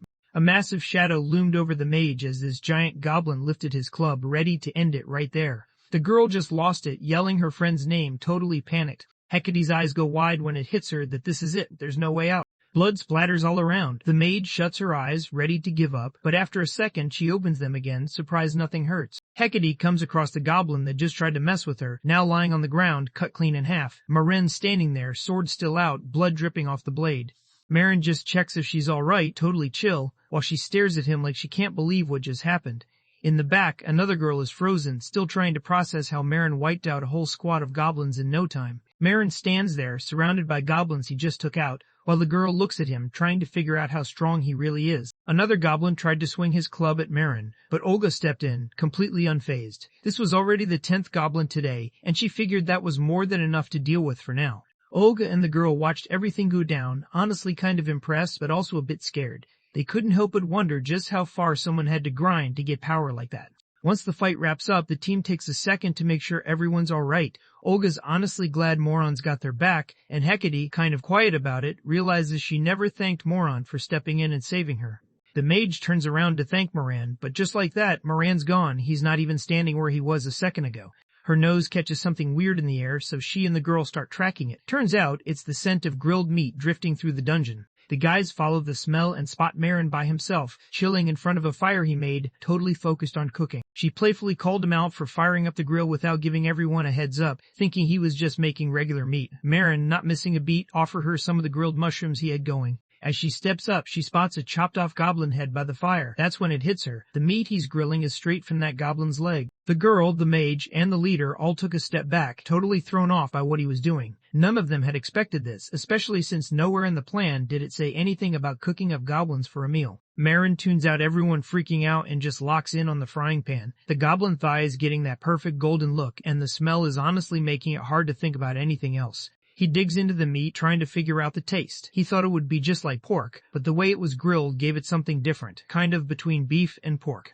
He thinks about which flavor stands out as he grabs another big bite. He can't hide how happy he is. The dude's eyes just light up while he eats. Every bite is packed with flavor, and those juices are wild, making it obvious the food's seriously good. He decides the texture is pretty fatty and soft, and there's a lot of that rich, meaty taste. Honestly, it reminds him more of pork than anything else. He digs into the food without a care, totally unbothered, while his friends stand behind him, looking like they're about to lose it. The mage, not buying any of this, quietly starts praying, trying to get rid of what he thinks is a curse, because he just can't believe anyone would enjoy eating monster meat. Marin's already planning to level up the recipe next time, thinking maybe some salt and pepper while grilling could take it up a notch. He gives a quick grin, thinking how just a dash of pepper would hit the spot, and maybe tossing in some veggies would help balance out all that grease. Olga and the girls stand back, just staring at him. They can't wrap their heads around what's happening, and honestly, both of them just wish they could wake up and realize none of this was real. Marin waves over the mage and the leader, pulling them in so the three can crowd up and talk things out in private. Marin honestly believes his time with this team is probably over because of how he eats, but he still hangs on to the leftover meat, planning to mess around with it in some new recipes later. He quickly wipes his mouth, a little thrown off when Olga nervously says they get his weird eating habits, but asks him not to chow down on monsters where everyone can see. Marin low-key feels better knowing he's not getting booted from the squad. Mickey steps in, trying to chill everyone out and let them know Marin's weird food habits aren't a big deal. After all, he's a solid vanguard on the team. Hecate pulls out some biscuits she brought, hoping Marin will go for those instead, but he just shakes his head and turns them down, keeping it cool. Olga, who's all about that goblin meat, steps in and tells everyone they should just crash for the night. Meanwhile, Mickey tries to help Marin out with some dried meat, but Marin isn't having it and turns it down. The next morning, a massive goblin showed up out of nowhere and just started going after the team. Marin steps in fast, blocking him with his shield like it's nothing. Marin charges straight at the goblin, not wasting a second. Meanwhile, Mickey and Hecate are in the back, throwing out spells and arrows to help him out. The goblin doesn't stand a chance and drops right there. As night falls, they set up camp inside a dark cave. Marin hangs back by himself, keeping some distance from the campfire. Meanwhile, Mickey's checking if he's really planning to crash solo again, especially since it's the final night out here. Marin nods, thinking this way just keeps things simple for all of them. Meanwhile, Mickey and Hecate hang back, clearly uneasy about how it's all going down. Olga steps up to handle the first guard shift, and Marin heads off to crash way on the other side. The team chills out by the fire, just soaking up the heat and chatting. Meanwhile, Marin's off to the side, knocked out and sleeping easy. Marin remembers back when he used to hang out with his old crew, sitting around the fire, just cracking jokes and chilling together. Those memories always hit different for him. From a distance, one of Moran's buddies spots him and wants to know how far he ended up going to find firewood. While Moran's dreaming, out of nowhere, someone shouts his name super loud. Marin snaps awake, kinda confused, and spots Olga, Mickey, and Hecate all standing over him. He wonders what's going on and why everyone else is up at this hour. Out of nowhere, Hecate aims her staff right at him, hits him with a spell, and locks him in place so he can't take a single step. Hecate, voice shaky, lets him know straight up that if he moves even a little, he's done for. She tells him he better just stick to answering their questions and nothing else. Mickey pulls out this glowing green stone. Turns out they checked him with an appraisal stone while he was knocked out, since his weird strength and the fact that he wasn't hurt at all had everyone seriously wondering what was up with him. Mickey's freaking out, trying to figure out what that title popping up actually means. The word Kinslayer is just hanging there, making everything way more intense. Marin's status window popped up, showing off some wild titles. Stuff like Wolf Trainer, Heir to the Magic Tower, and Kinslayer were all listed there, making it clear he's got some serious history behind him. The title Kinslayer pops up on the screen. It's the kind of label only given to someone who's straight up taken out over 100 people from their own group, showing zero mercy.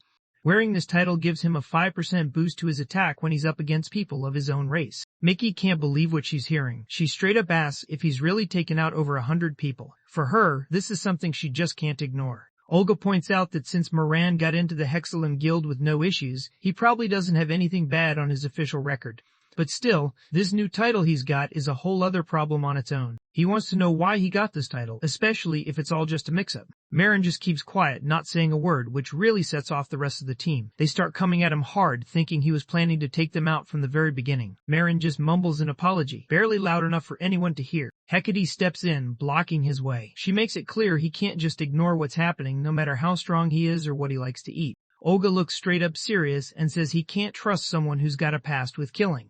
He tells Marin to bounce and leave the squad right away. Marin gets up without saying anything, just taking the decision as it is. Marin heads out of the camp and the whole team just keeps their eyes on him, not really trusting what might happen next. They're kind of relieved though, you could tell they knew they just dodged something serious. 100 years ago, deep in the southern Tursan forest, a crew of goblins tried to pull off a sneak attack. Out of nowhere, a blonde knight showed up and shut them down fast, blocking their moves like he'd done this 1,000 times. While he held the front, arrows started flying in from the back and landed right on target, dropping the goblins one by one. The knight pulls off her provocation move, getting the goblins hyped up and charging straight at her. After landing a perfect shot, the archer grinned, clearly proud she nailed it. She knew her target walked right into her setup, and she was pretty satisfied with how smooth it all went down. Once the fight wraps up, the knight goes around to see if her squad is alright. The knight notices how the archer just dropped 2 enemies with 1 arrow and gives her props for it. She shrugs it off though, saying it wasn't that impressive and doesn't really think she deserves all the hype. The priest tries to hype up the squad, letting everyone know there are still 18 goblins out there. Meanwhile, the archer just clowns on the priest for not doing anything during the fight.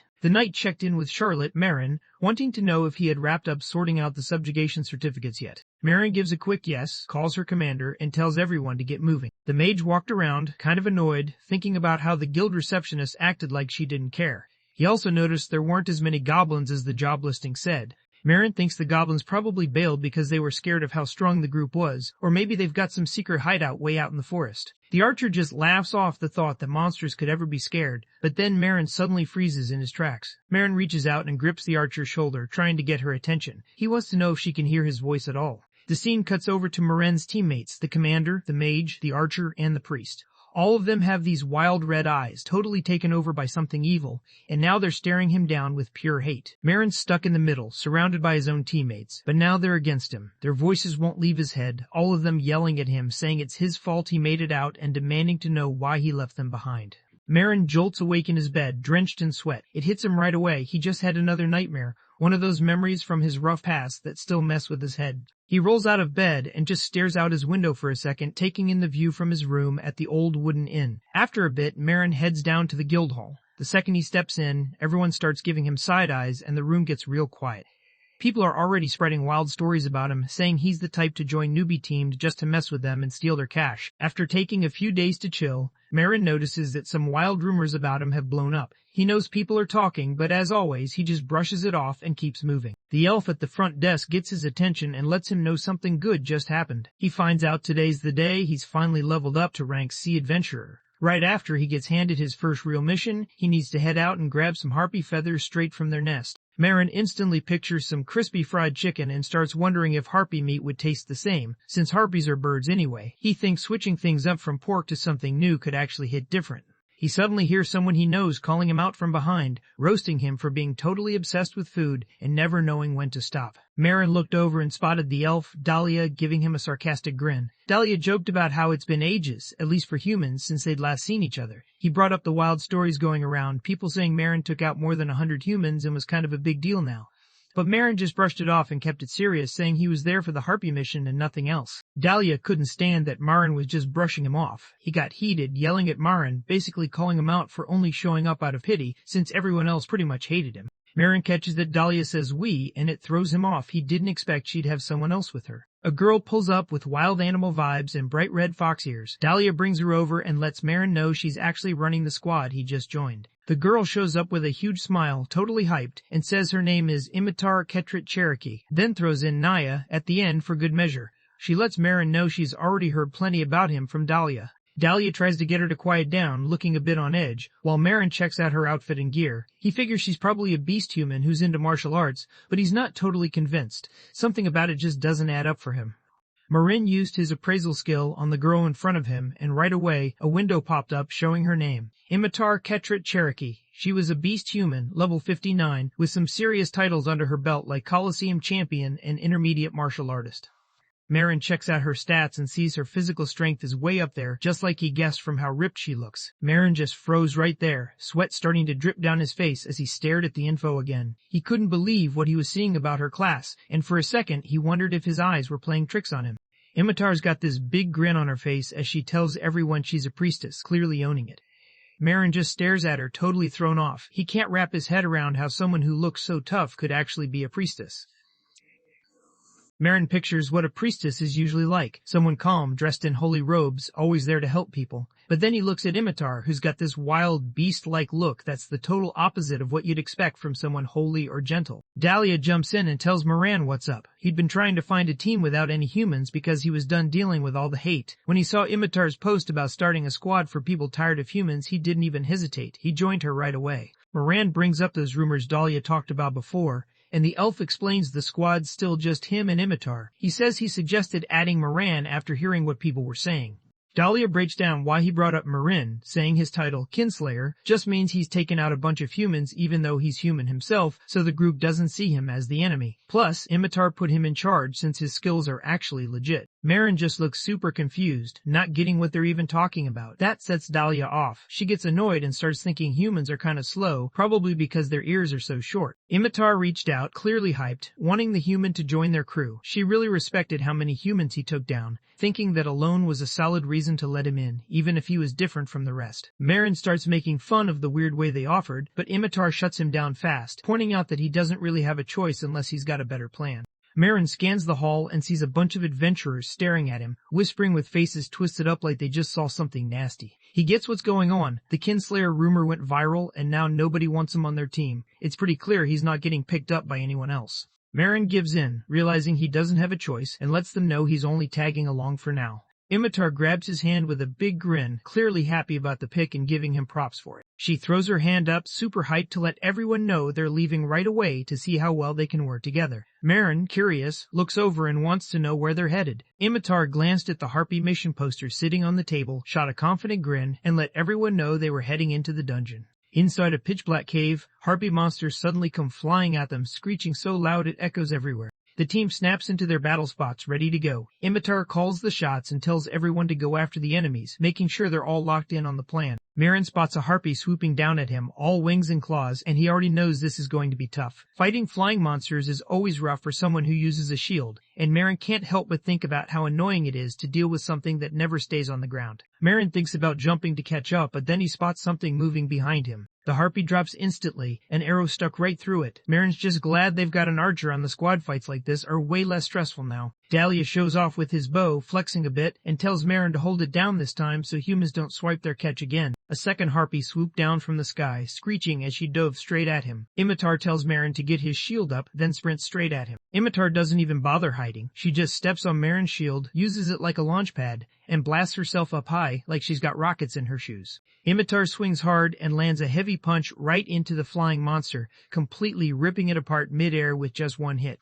Imitar touched down smooth, clearly impressed by how fast Marin reacted and how well he kept up for a human. She gave him a quick smile, kinda hinting he should keep up with her game plan a little quicker next time. Marin checks out his new squad and realizes that rolling with a team isn't actually so bad. Imitar took down 3 monsters real quick, then said it was time to chill for a sec, clean up the area, and grab whatever loot they could find. Marin's checking out the monster bodies when he spots something weird moving under the harpy feathers. He starts thinking there might be another monster sneaking around in there. Out of nowhere, this tiny, adorable creature pops up, holding a bunch of feathers. It makes this cute noise that instantly grabs everyone's attention. Dahlia started roasting Marin, calling him just some clueless villager. She pointed out that these things were living dolls, and apparently everyone's into them now. Marin, still not getting it, wondered if they were kinda like golems. Dahlia shows off his limited edition Furco, flexing that it's worth 2 full gold coins. Dahlia gets pretty hyped when the little creature wraps up cleaning all the feathers. She's clearly impressed with how fast it handled the mess. Dahlia let Marin know that these dolls use mana to keep going, so they never get hungry. If you look after them, they've got your back in a fight or even just cleaning up around the place. Imitar, looking unimpressed, throws out a sarcastic comment about how Dahlia can't resist anything cute, even though he doesn't really look like the type. Meanwhile, Dahlia's totally focused on fussing over the little creature, just spoiling it without a care. Out of nowhere, Dahlia switches up and seriously warns Marin not to mess with the golem, saying it's not food. Marin just stands there, clearly lost. Imitar isn't having any of it and tells her to quit playing around and get back to hunting. Dahlia later mentions that the hunt's going well since they've already picked up nearly half of what they need. Imitar saw his chance and decided to ask Dahlia straight up why he was so hesitant to introduce Moran to her before, even though Moran was clearly skilled. He wondered if Dahlia was holding back because he just didn't like humans. Dahlia fumbles around for an excuse, but out of nowhere, Imitar catches a mouth-watering scent in the air that reminds him of grilled chicken. Dahlia spins around, freaking out when she sees Marin's just gone. Imitar gets mad fast, thinking the human ditched them to grab some meat by himself, and starts yelling, trying to make him stop. Marin stands in front of the hot pan, remembering he already hit the meat with some salt earlier, so now he's ready to start cooking. He watches the meat sizzle in the pan, flipping each piece so it cooks just right. He's locked in, making sure nothing gets burnt, and honestly, the sound of it cooking is pretty satisfying. Marin lets everyone know the pan-fried harpy shoulder is ready to go. Marin checks out the dish in front of him. It seriously looks just like chicken, so he figures, since harpies are kinda like birds, it probably tastes the same too. He takes a bite, and his eyes go wide surprised at how the texture almost feels like chicken, but it's actually way tastier and just hits on a whole new level. He pictures a chicken in his head, thinking about how it doesn't have any weird aftertaste at all. It's just straight up sweet, and the fat basically melts in his mouth. He's still eating when Dahlia suddenly yells at him to cut it out, and right then, Imitar shows up behind him, looking straight up stunned. Marin just says sorry and tries to split the food with Dahlia, but that only sets her off. She gets mad and tells him off for eating something that looks like a person. Imitar throws her hands over her face, totally freaked out. She's never seen anything this bad before. Meanwhile, Dahlia just sits there, looking completely defeated. Marin jumps in, trying to break things down with science. He explains that harpy bodies are built more like fish than people, so their faces aren't even supposed to look human. But Dahlia totally loses it. She's not having any of that explanation. Dahlia couldn't believe his luck, second time out, and he was already stuck watching something this messed up. Meanwhile, Imitar couldn't help it. The smell had her mouth watering, even though she really didn't want it to. Imitar locks his eyes on the meat dish, totally zoned in. Imitar tries to fight off her cravings, telling herself that this thing is a monster, and she really shouldn't be thinking it looks tasty. Just checking it out feels wrong. Marin holds out some meat, offering it to them, but both Imitar and Dahlia instantly back off, making it super clear they're not about it at all. Marin pulls his hand back, kinda disappointed since the food is actually fire, and Imitar just watches the meat, totally locked in and wanting it bad. Imitar totally loses it, snapping while Dahlia does her best to chill her out. Instead, Imitar just yells, calling out the human for pushing her way too far. Marin tunes out all the noise going on behind him. His mind's locked on that awesome smell coming from the other pot. He remembers he's got something slow cooking over there. He pops the lid off the pot and realizes he let it sit longer than planned, but somehow, it still came out perfect. He lifts the lid and shows off the slow-cooked harpy leg. The meat looks super tender, and honestly, it's the kind of meal that would have anyone's mouth watering. Imitar looked at Marin, honestly kinda grossed out and surprised that Marin was actually about to eat the feet too. He couldn't get why anyone would bother since there's barely anything on them. But Marin just stayed chill, letting him know this was something he'd always wanted to try. Just plain chicken feet, no seasoning or anything. Marin took a bite of the harpy foot, looking pretty satisfied. He could tell the slow cooking really paid off. The meat was super tender and had this sweet vibe, almost like pudding. Marin thinks to himself as he checks out the way the meat shakes on his plate. He knows it's the collagen that's making everything hold together and look so good right now. He figures the food would slap way harder with some hot sauce, so he saves the last piece to bring home and actually test it out with the real stuff. While all this is going down, Dahlia just grabs his head, totally stressed out. He's struggling to chill even for a second because Marin keeps acting weird and throwing him off. Dahlia spots Marin snacking on something and doesn't look too happy about it. Marin just shrugs it off and casually holds out the food, like he's cool with sharing. Out of nowhere, Marin drops to the ground, his whole body shaking uncontrollably. Dahlia starts yelling at him, calling him dumb, and lets him know that harpy claws are packed with paralysis poison. Dahlia, totally freaking out, turns to Imitar and tries to get her to use some status recovery magic to help this clueless guy out. But Imitar just stares at him, clearly tense and not really sure what to do. Imitar starts mumbling, saying she has no clue how to use this magic. Dahlia's caught off guard. After all, Imitar is supposed to be a priestess, and this is just basic stuff. Imitar just shrugs it off, explaining that she always found it annoying, so she never bothered to learn it. While everyone's attention is somewhere else, one of the harpy monsters sneaks in and goes for a sneak attack. At the same time, Dahlia's not having it. She's got her eyes on Imitar, blaming him for the mess that dragged all this heat their way. Imitar tells everyone to stay chill, and, instead of using her usual healing magic, she gets hyped to show off a new spell she just learned. Imitar drops the Raging Hell spell with full force, but the fire doesn't even touch the harpy. Instead, the flames slam right into Furko, the little golem, who just happens to be standing in the way. Dahlia drops to his knees in front of Furko's burnt body, totally wrecked. It all feels unreal, like he just woke up in the worst dream ever. He thinks about how he barely had Furko for a week, but losing him still hits hard. After the harpy dipped, everything just went quiet. Dahlia snatches Imitar and starts shaking her, totally freaking out over Furko. Imitar gets super anxious, trying to explain herself, saying her skills are still stuck at rank F, so she messed up and missed the shot. Dahlia just loses it right in her face, his eyes locked in with pure anger. He's not letting this go. Doesn't matter if it takes 100 or even 1,000 years, he's holding on to this grudge. Imitar tries to smooth things over by saying he'll just buy a new one, but Dahlia just loses it, explaining there's no way to replace Furco since it was a rare, limited drop that's gone for good. Marin's just standing there, watching all this chaos, thinking this squad is seriously falling apart. Imitar heads back to the guild and casually drops off the stuff for the Harpy mission at the front desk, giving the receptionist a friendly grin.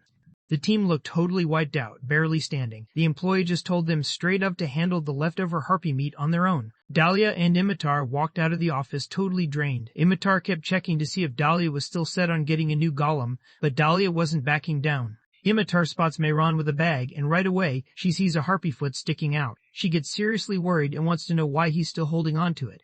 Mayron just shrugs and thinks tossing it out after cutting it would be a waste. Imitar really lets him have it for just walking around with raw meat out in the open. She tells him to at least stash it in his storage, which totally throws Mayron off because he didn't even know storage like that was a thing. Out of nowhere, Mayron realizes he's got this skill he totally forgot about. Then, a system window pops up and shows he's got storage space with 30 slots. He lifted his hand to pull up the storage screen, suddenly realizing he'd totally spaced on this the whole time.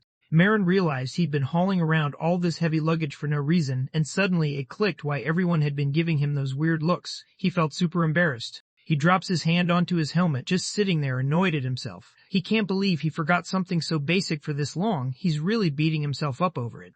He knows his mind's in a rough spot right now, but before he can spiral any further, Imitar's voice interrupts, snapping him back to reality and calling him out as human. Imitar wanted to know what he thought about how the mission went. She admitted the last part was tough, but honestly, she trusted their skills and knew they made a good team. Marin was on the same page. He thought it went pretty well. Imitar reached out to Marin, inviting him to be part of the crew. She made it clear that teaming up meant any mission would be a breeze for them. Marin glances at Aaron, checking out her hand reaching out. Teaming up with two people who straight up don't vibe with humans sounds kinda wild, but he knows there's no denying they've got the skills needed. Marin thinks it's way better to have friends backing him up than trying to do everything solo. Marin says he's joining the team, and Amita can't hide how hyped she is. She just lights up with a huge grin, totally pumped. She bolts up the stairs, saying she's heading out to get the team registered right away. Dahlia looks back on everything that just happened, the way things ramped up so fast. At this point, she's pretty much accepted that from here on out, they're on the same team. Dahlia throws a sly grin at Marin Glace, basically letting him know he's counting on him for whatever time he's got left.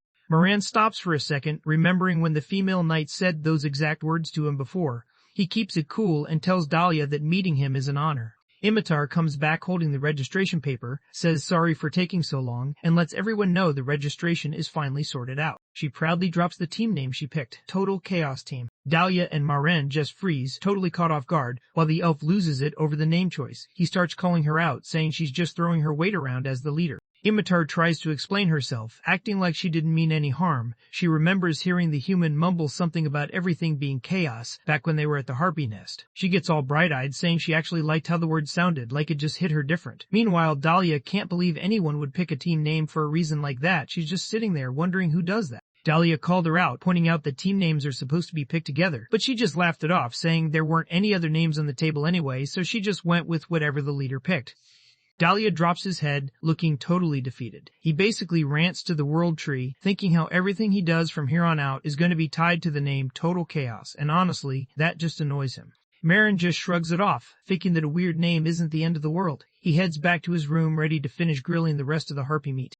Imitar steps in and blocks his way, wanting to know where he's headed. He just lets her know he's going back to the inn. Imitar's got it in his head that they can't skip a welcome party for the new guy, especially after pulling off the mission. He's already talking about throwing a little get-together, and of course drinks are definitely on the table. Marin wants to back out, but she pulls him with her and brings the crying Dahlia along to the tavern. That pretty much makes it clear the group just doesn't feel right without the newest member. Inside the tavern, Imitar made sure everyone could just chill, grab food, and drink as much as they wanted. Dahlia kept going on about the name, not letting it go, but Imitar just shut it down, saying she already turned in the paperwork, so he needed to let it drop. She even joked that his stubbornness was classic elf stuff. Dahlia lost it, yelling to find out who was behind all this, while Marin just stared at the dining table, seeing nothing but regular food laid out. Marin looks at the food in front of him, thinking it can't hurt to take a single bite. Dahlia throws out some wild names like Starseeker, and Imitar just jokes that his taste is kinda trash. Meanwhile, Marin's over here thinking regular food is straight up gross, almost like chewing on hot newspaper. Monster meat just hits way better for him. Imitar tells Dahlia to chill and turns to Marin, ready to talk about something serious. Imitar glances over at him, letting everyone know the squad's aiming to hit rank A faster than anyone else. Marin didn't expect the question and was kind of caught off guard, but she just explained that everyone has their own reasons for chasing rank A. She breaks it down. Everyone in the Hexalum Guild starts at rank D, and if they want to move up, they have to pass these promotion tests. She points out that regular adventurers can only get up to rank B through the exams. To hit rank A, an adventurer needs to prove he's strong and actually show results before anyone even thinks about giving him that upgrade. Nobody really knows what goes down in this promotion exam. The guild keeps it locked up tight. Only the top guys, the ones who really stand out, ever get a shot at it. Imitar finally lets everyone know what's really driving her. Her little siblings are still trapped as slaves by humans, and she needs a ton of cash if she's going to get them out. Imitar, clearly annoyed, lets it be known that her human owner only agreed to let her out for 3 years if she could come back with a ton of cash. The deal? If she brings the money, her little sibling gets set free. She explains that after the revolution, her whole family ended up as slaves. The only way they could get out and get their old life back was by paying off the ransom to whoever owned them. Marin just casually asks what that revolution was all about, not realizing it's kind of a big deal. Dahlia and Imitar both freeze, totally thrown off by how little he knows about something everyone else sees as major history. Everyone just looks at him, totally surprised, almost joking to themselves that this dude's been hiding out in the mountains for 100 years or something, like how could he have missed something that happened not that long ago? Dahlia gets straight to the point, laying it all out serious. She explains how humans have been out here for hundreds of years, snatching up other races and selling them off. Elves got singled out because people were obsessed with how mysterious and good-looking they were, while dwarves got pushed into non-stop work since everyone just wanted to use their skills like tools. Beastmen got treated like they were nothing, basically forced to work as slaves, and Dahlia's family ended up getting caught up in all that mess. Dahlia explains that humans trap their own people in places they can't escape just to use them. Their bodies and spirits just faded away behind those iron bars, like they were losing themselves day by day. Anyone who tried to make a run for it didn't make it out alive. Eventually, everyone just got tired of how the humans were running things, so all the other races teamed up and built a squad strong enough to push back. That moment kicked off what everyone started calling the War of Races, or sometimes just the Revolution. The Alliance showed up with a list of demands for humans, and the biggest one was that slavery had to end for good. They warned that if people didn't give in, they'd go all out and start a full-on war. The humans knew they had way more on the line than the Alliance, so they pretty much had no choice but to give up. People agreed to the terms and made it official with a big treaty. The treaty made it clear that trafficking other races was straight up illegal, and everyone had to stay out of their business. Because of that treaty, more and more hidden races started showing up, and before long, seeing all kinds of people living together in the city just became normal. Imitar knows that this treaty is the reason she and Dahlia can do their thing as adventurers without anyone holding them back. She shares that she went this route since it's the quickest way to stack up enough cash to help her family out, while Marin realizes for the first time that this kind of agreement was even a thing. Marin turns to Dahlia and asks about what's going on with him. Dahlia, looking serious, explains that his main goal is to become the elder of the forest he grew up in. Dahlia talks about why he's so locked in on becoming the leader. He shares what's driving him and makes it clear he's not backing down from taking charge. Dahlia tells how his family's been in charge of watching over the forest for ages, but only the oldest kid ever gets stuck with the job. Even though his older sister really isn't into the whole thing, everyone keeps pushing her to take the spot anyway just to stick to the rules. Dahlia tightens his fist, feeling locked in, totally sure he's got what it takes to keep the forest Safeway more than anyone else around. After putting his petition in front of the clan council, they didn't waste any time making up their minds. They told him he could have the Elder of the Forest title, but only if he went out, did something big, and showed he deserved it all before he turned 150. Dahlia gets that just hitting rank A isn't the endgame, but he knows he's got to clear that level if he wants any shot at his real goal. Marin glances over at his two friends, suddenly getting how both of them are stuck with some serious baggage. One's fighting to break free from being controlled, while the other's caught up in a wild fight for power. Dahlia wants Marin to tag along with them, but only if he's got the same goals as they do. Imitar looks at Marin, kind of wondering if he's got anything he's chasing after too. Marin goes quiet, and his mind drifts back to that one tree standing all alone with the grave right under it. He puts his hand on his helmet, clearly hurting, and his friends can tell this topic isn't easy for him. Imitar catches on and lets him know he doesn't have to say anything if it's too much. Marin grips the edge of the table, locking his hand in place. It's clear he's made up his mind, and this goal is what settled it for him. He lets everyone know, straight up, there's one dragon he's dead set on taking down. Dahlia and Imitar just froze, barely believing he actually said dragon out loud like it was nothing. Marin lets everyone know that this dragon is the same one that wrecked Adorama years back. He remembers how the whole village got torched, everything burning down and turning to ash, and that memory still hits hard. Marin drops a low-key hint that when he finally comes face to face with that dragon, he's got a certain mission he needs to pull off. Dahlia and Imitar catch each other's eye, and Imitar honestly thought Marin was messing around for a second. Dahlia couldn't help but start laughing when she saw what Marin was up to. She thought he was on another level with his drive and hunger for more way beyond what she'd expect from just a regular person. She even joked about whether he was planning to take down a dragon next, thinking he was wild for even considering it. Dahlia thinks hard and realizes Marin is probably trying to level up his rank too. If Marin wants any solid info about dragons or plans to join those dangerous raids, he needs to boost his rank first. Marin nods, totally on board with the plan. Since all three of them are aiming for the top anyway, they decide to team up for real. They clink their glasses together, ready to go all in as a squad from here on out. The next day, Marin showed up in his room at the inn, whipping something up in the kitchen. He figured it was time to chill out for a bit, so he took the day off to make a big meal, especially now that the team was finally set. Marin looks into his money bag and realizes it's totally empty. He just spent the last of his cash on some ingredients and covering his rent, so now he's flat broke. He still goes for it and starts cooking. Since oil costs a lot, he pours it into the pan real slow, making sure not to waste any, and waits while it heats up. He reaches out with his hand and kicks on the storage skill. Marin grabs some raw harpy meat from storage, and it's wild. He's literally glowing, all hyped because the meat looks brand new, like it just got packed. He can't believe it's still this fresh. He gets hyped when he figures out that his storage skill keeps everything exactly how he left it. It's literally the perfect way for him to stash food without worrying it'll go bad. Marin gets started in the kitchen, grabbing the meat and dunking it in some eggs, then tossing it straight into a pile of breadcrumbs until it's totally coated. He tosses the pieces into the hot oil, just listening to that sizzle he always likes. He keeps flipping the pieces until they turn golden brown, then throws them back in the oil for another round so they get extra crispy. He pulls the meat out of the hot oil, lets the extra grease drip off, and shows off the crispy fried harpy thighs he just finished making. Marin sits down in front of his plate, checking out how good the food looks. He's pretty satisfied with himself for cutting the meat into perfect little pieces that are easy to eat. He pulls the mask down, grabs the food, and takes a big bite. As he chews, his eyes shut for a second. The crispy outside and juicy meat just hit different. Marin takes a bite and realizes harpy meat is actually fire. Every time he chews, the sweet juices just burst in his mouth. He picks up on this subtle sweet taste in the meat, and it honestly reminds him of how juicy crab hits. He keeps tearing into the food, totally locked in. He tells himself there's no way this meat could taste bad, especially when it's fried. The more he eats, the more he wants, like he just can't get enough. He's chilling in his room, really enjoying his food, when suddenly he hears someone calling out from outside. Dahlia bangs on the door, not holding back at all. She's pretty annoyed that he's still knocked out way into the day, and she isn't waiting around. She wants that door open, now.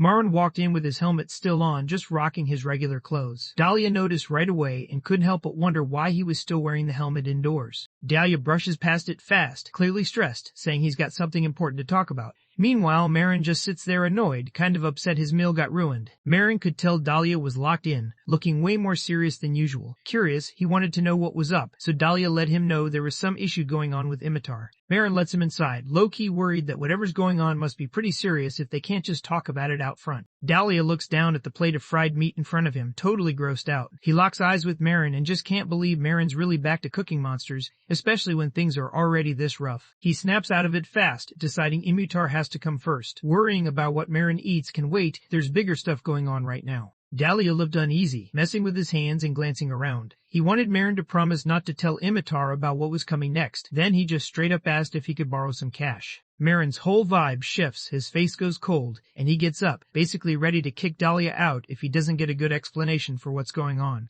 Meanwhile, the elf is trying to chill things out and get Marin to actually listen. Marin sits down again, eyes locked in with that intense stare, while Dahlia can't help but get nervous, thinking maybe humans act so restless because their lives are so short. Dahlia doesn't waste time. She just lays it all out and lets Imitar know straight up that her old human master totally lied to her. Dahlia brings up what he heard in the tavern, that Imitar's been stacking cash for her siblings. Marin nods, letting him know that's actually true. Dahlia slams his fist down on the table, clearly annoyed. The team was supposed to chill today so Imitar could see her siblings, but the cursed master totally bailed on what he said he'd do. Dahlia lets everyone know what's really going on. Turns out the master didn't keep his word. He was actually getting ready to put the younger siblings up for auction in front of a crowd. Dahlia realized the human master had this whole thing set up from the beginning. Letting them think they could leave was just part of his plan to mess with Imitar's head. Dahlia finishes telling the rough story. She says Imitar tried to get the master to stop, but the guy just shut her down and said the auction would only be off if she somehow paid the whole ransom in 5 days. Marin wants to know how much it costs, so Dahlia tells him it's 10 gold coins each, 20 for both brothers. Marin hears the price and is instantly stunned. Marin starts sizing up the money situation in this world and realizes 1 bronze coin's basically worth 10 yen. He does the math and figures out that most adventurers only need around 2 gold coins a month to get by. So, seeing that 20 gold coins is what's needed in just 5 days, yeah, that number feels wild and almost impossible to pull off. Dahlia talks about how bad things got for Imitar. That girl, who usually acted like she owned the place, ended up having to beg just to make sure her siblings were okay. Dahlia explains he showed up to ask for cash for Imitar because he just can't ignore the whole slavery problem, especially after signing that treaty that treats minorities like family. Marin cuts him off right away, straight up saying there's no way he's giving them any money. Marin shuts it down, saying he never had that kind of money in the first place, and honestly, there's no way he'd trust someone he barely knows with that much cash. Dahlia just stares at him, clearly let down, but deep down she knew this was exactly how he'd act. Dahlia pulls out the guilt trip, reminding Imitar that his little brothers and sisters are basically toddlers just figuring out how to walk.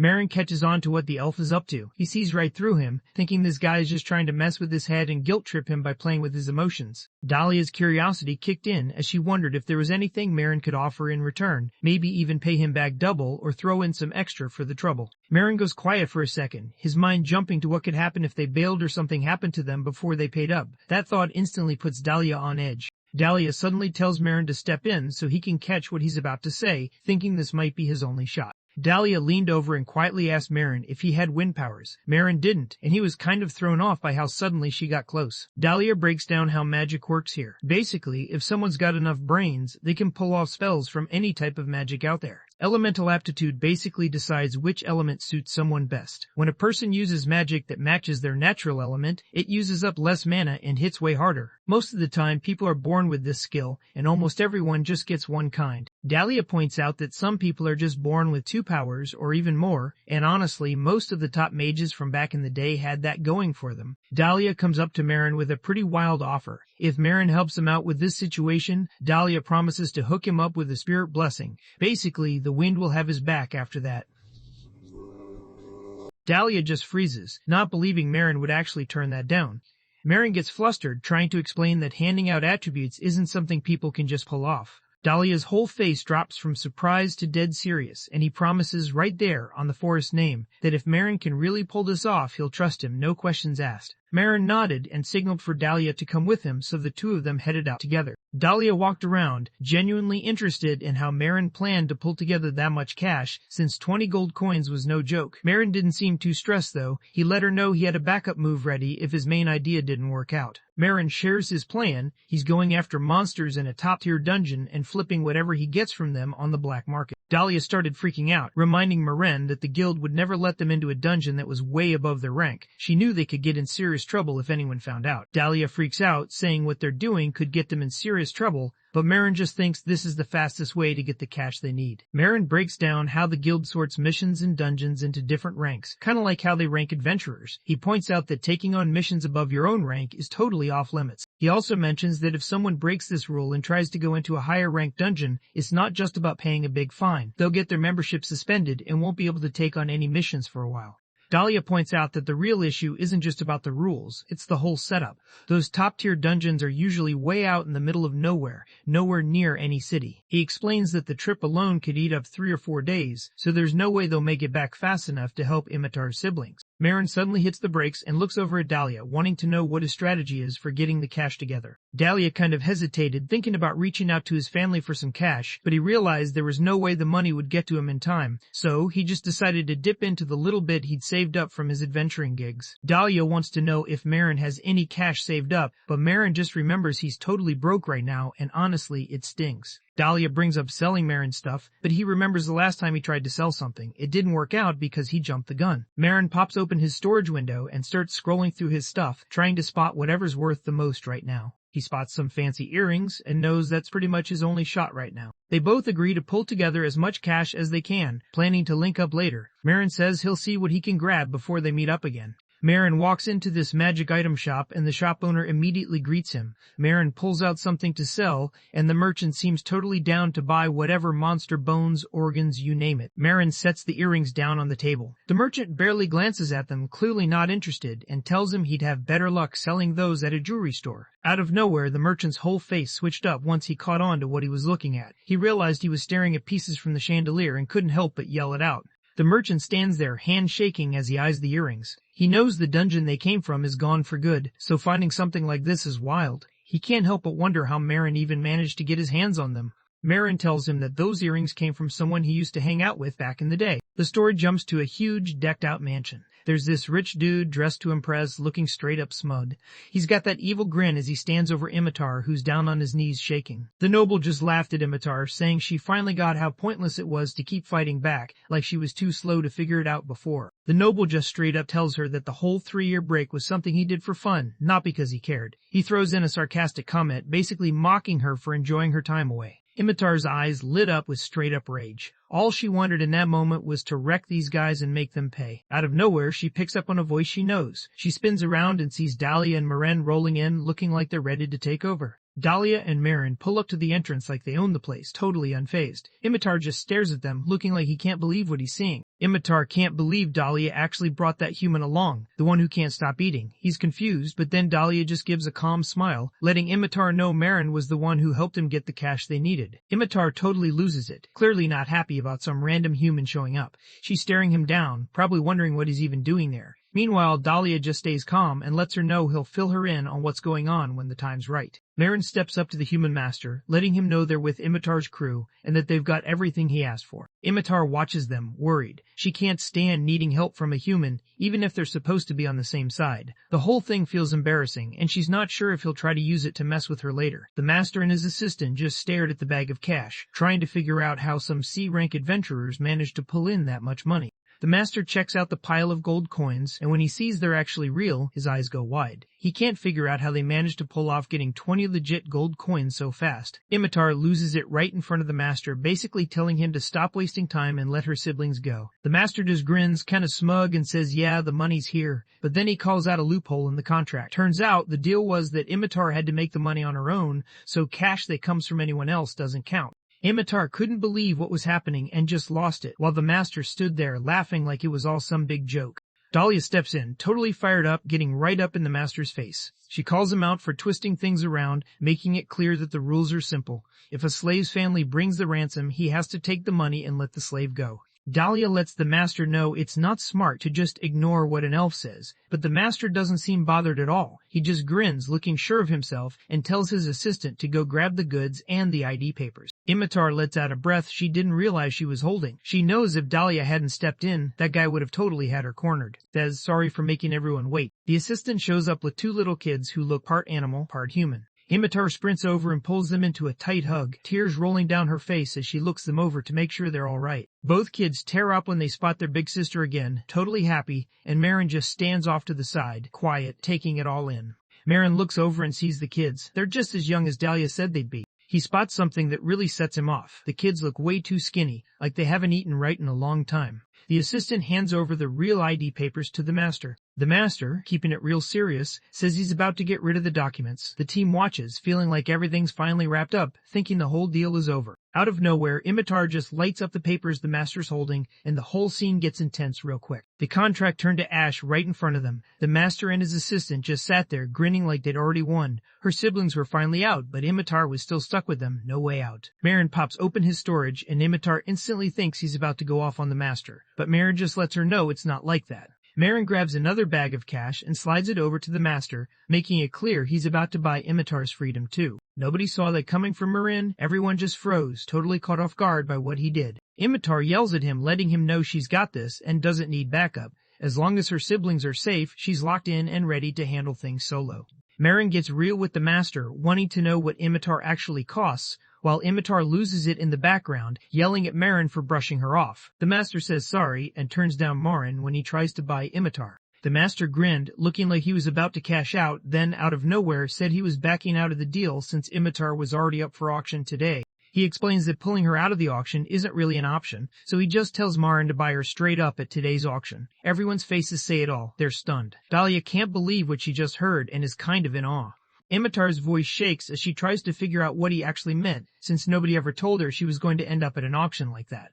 Dahlia just lets it all out, yelling straight at the human master. She's not buying anything he's trying to sell and makes it clear nobody's falling for his made-up story. The master just cracked up, making it clear he could do whatever he wanted since the contract gave him total control over the slaves and how he sold them. Dahlia's temper goes off, and she's straight up ready to throw hands, calling the master out as trash. Sparks start crackling around him, showing he's about to get serious. Marin just sits back and looks at what's going on, totally unfazed. He thinks the master's being super immature and is pretty sure this whole auction thing is just something the guy made up on the spot to mess with everyone. Marin figures out that the master never really planned to sell Imitar. He treats her like she's just his, doing whatever he wants, sometimes showing her off at auctions, sometimes not, just to mess with her head and break her down. Marin steps up, trying to calm things down, and says they should just buy her at the auction if that's the only way out. Imitar didn't expect Marin to go this far for her and is honestly surprised he's still pushing to help. Marin cuts her off, sounding serious. He doesn't want her doing anything wild and lets her know he's got things under control. While that's happening, she's stuck thinking about why this guy is even trying so hard to help her. Marin sees the two little kids hanging on to their sister, and right then, something clicks in his head. He remembers what the nun used to say when he was a kid. Every kid needs someone looking out for them. He thinks back to the way someone used to pat his head, realizing that kids always need someone looking out for them. It hits him that he's really no different. He couldn't stop thinking about what the nun said. In his head, it was clear every kid out there deserves to be safe, and that's why he's here, doing what he does. Marin glances over at Imitar and the kids, and it just clicks for her. She's the one who has to step up and look out for everyone. As their big sister, it's on her to make sure nothing happens to them. He realizes just rescuing the siblings isn't enough. He knows they can't just be left to figure things out on their own, so he sticks around, making sure she's there to help feed them and show them what they need to do. Imitar finally decides to go for it. She's ready to take on the auction and lets Marin know, in a serious way, that if he messes this up after hyping it up so much, he's not getting off easy. Dahlia leans in close and lets Marin know he's not really into the plan, but since Marin came up with it, he's down to go along. They both say bye to Imitar, telling her they'll catch up with her at the auction later. Behind them, the master just laughs in that annoying, sarcastic way, pointing out how she's got some solid teammates backing her up. After everyone else heads out, the master turns to Imitar, staring her down with this intense look. He basically lets her know. Does she seriously believe those random guys could actually save her? He grabs her chin, not letting her look away. He leans in close, dropping a harsh threat, making it clear he's not about to let her go that easy or just sell her off like nothing. He basically dares her to fight back, but then blocks every chance she has to get away, making sure she knows she's stuck with him no matter what she tries. He's totally sure she'll end up coming back to him like it's already decided. She looks at him, eyes wide, not believing what she's hearing. Out of nowhere, the master loses it and yells for the merchant support team to show up. Imitar and her siblings just freeze, not having a clue about the plan he's pulling behind the scenes. The story moves over to this fancy auction palace where they're just starting to sell slaves. Dahlia and Marin were chilling in the hallway. Dahlia leaned in close, telling Marin that beast humans usually cost around 8 or 9 gold coins, sometimes maybe 10, but they should still have enough cash to handle it. The auction says they're switching things up and heading to a new race. Imitar steps onto the stage, and the seller tells everyone she's a wild wolf from the borderlands and used to be a gladiator slave who actually made it all the way to champion in the Colosseum. The seller tries to bump up her price by saying she's actually a priestess who can heal people. She just stands there holding back her frustration, not letting it show. Imitar catches on that her master's got some shady stuff planned. She wants to warn Dahlia right away, but she can't move. She's stuck. The seller keeps hyping her up, saying she's young, she's a girl, and honestly, way tougher than any regular person. From his private balcony, the master stays locked in on the auction, grinning to himself. He knows the rank C guys down there already blew most of their cash. The master looks sure of himself, thinking there's no way they've got much cash left. His face twisted with this evil look while he wondered, almost laughing to himself, if they honestly believed they could just buy Imitar. He thought they were straight up disrespectful. Down below, some guy shows up. He's got a hat pulled low and a cloak totally hiding his face. The master's already decided he's not letting Marin and Dahlia win, so now there's this third person in the game ready to mess up their whole plan. The auction manager steps up and lets everyone know that bidding on Imitar kicks off at 6 gold coins and 30 silver. The numbers on the signs just keep going up fast. One noble holds up 21, then someone else hits back with 57. The crowd starts to get hyped, and you can tell everyone's getting way more into it. Dahlia and Marin keep their eyes glued to the action, feeling the pressure as the price jumps up to 20 gold coins, the most they've got. Imitar hears the number and can't believe it. Her price shot up way higher than she ever expected. She starts to get nervous, wondering how Dahlia and Marin could even have more than that amount. Meanwhile, the auction manager is still looking around to see if anyone's going to top the 20 bid. Dahlia totally loses it, calling out the auction for messing with everyone. She knows the average price is always 8 or 9 coins, so there's no way it should just jump up by 10 coins out of nowhere. Marin holds up sign number 21, and the manager turns to him wanting to know how much he's willing to go all in. The manager, wearing that fake customer service grin, lays out the rules. Humans can only bid up to 30 gold coins, but other races can go all the way to 50 if they're paying on the spot. Marin suddenly held up the sign, way more confident than before, and let everyone know he was dropping 50 gold coins. Dahlia just yells right in Marin's face, totally stunned, and calls him out because he claimed he had just 10 coins. Marin doesn't even flinch, he just coolly points out that he only suggested 10 coins, never actually saying he was out of money. The human master stands on his balcony, totally stunned. He can't believe this guy actually has that much. Meanwhile, Marin's not surprised at all, he never trusted the master anyway. The auction manager freezes for a second, not sure if he just heard the right number. He's trying to figure out if this guy's actually going for the top limit. All eyes go straight to Moran, checking out his beat-up clothes. People start murmuring, clearly not convinced he can actually pay up. To them, he just seems like the kind of guy who's always splitting payments. The manager lays it out straight. If someone wants to bid, they've got to have the cash ready to go. No money on hand means no bidding, simple as that. Marin gets it and just heads out of the hall. Dahlia suddenly freaks out, trying to figure out where he's off to.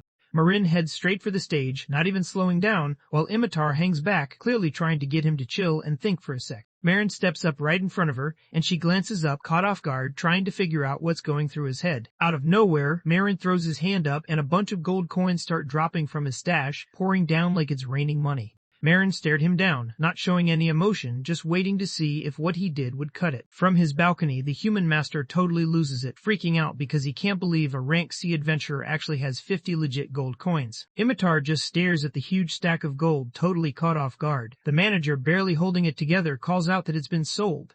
She shoots Marin a look, eyes wide, like she can't believe what just happened. After the auction ended, the three stepped outside. The two little kids spotted their sister and sprinted over, totally hyped to see her again. Imitar pulls her siblings in for a tight hug, tears running down her face. She lets them know they're finally free, and you can just see how happy she is. Dahlia checks out what's happening, then shoots Marin a look like, "Dude, why didn't you say you had money?" Marin just shrugs, thinking nobody ever really asked about what he owned. Dahlia grins, glad everything turned out alright. Imitar walks over, kind of nervous, and really means it when he says thanks for the help. She's honestly super thankful he stepped in for her and her siblings. She's not really sure how she could ever pay him back for something that big. Out of nowhere, the two kids pick up on the smell of meat coming from Marin and can't ignore it. They dart over to him and barely let go, basically glued to his side. Marin quickly figures out they're just hungry, so he tells them they should go grab some food. Dahlia and Imitar just freeze when Marin suddenly changes right in front of them. Imitar cracks a smile when Dahlia mentions that Marin probably had her back because he sees them as teammates. From that moment, Imitar decides she's all in. She's going to stick with them and be a solid teammate too.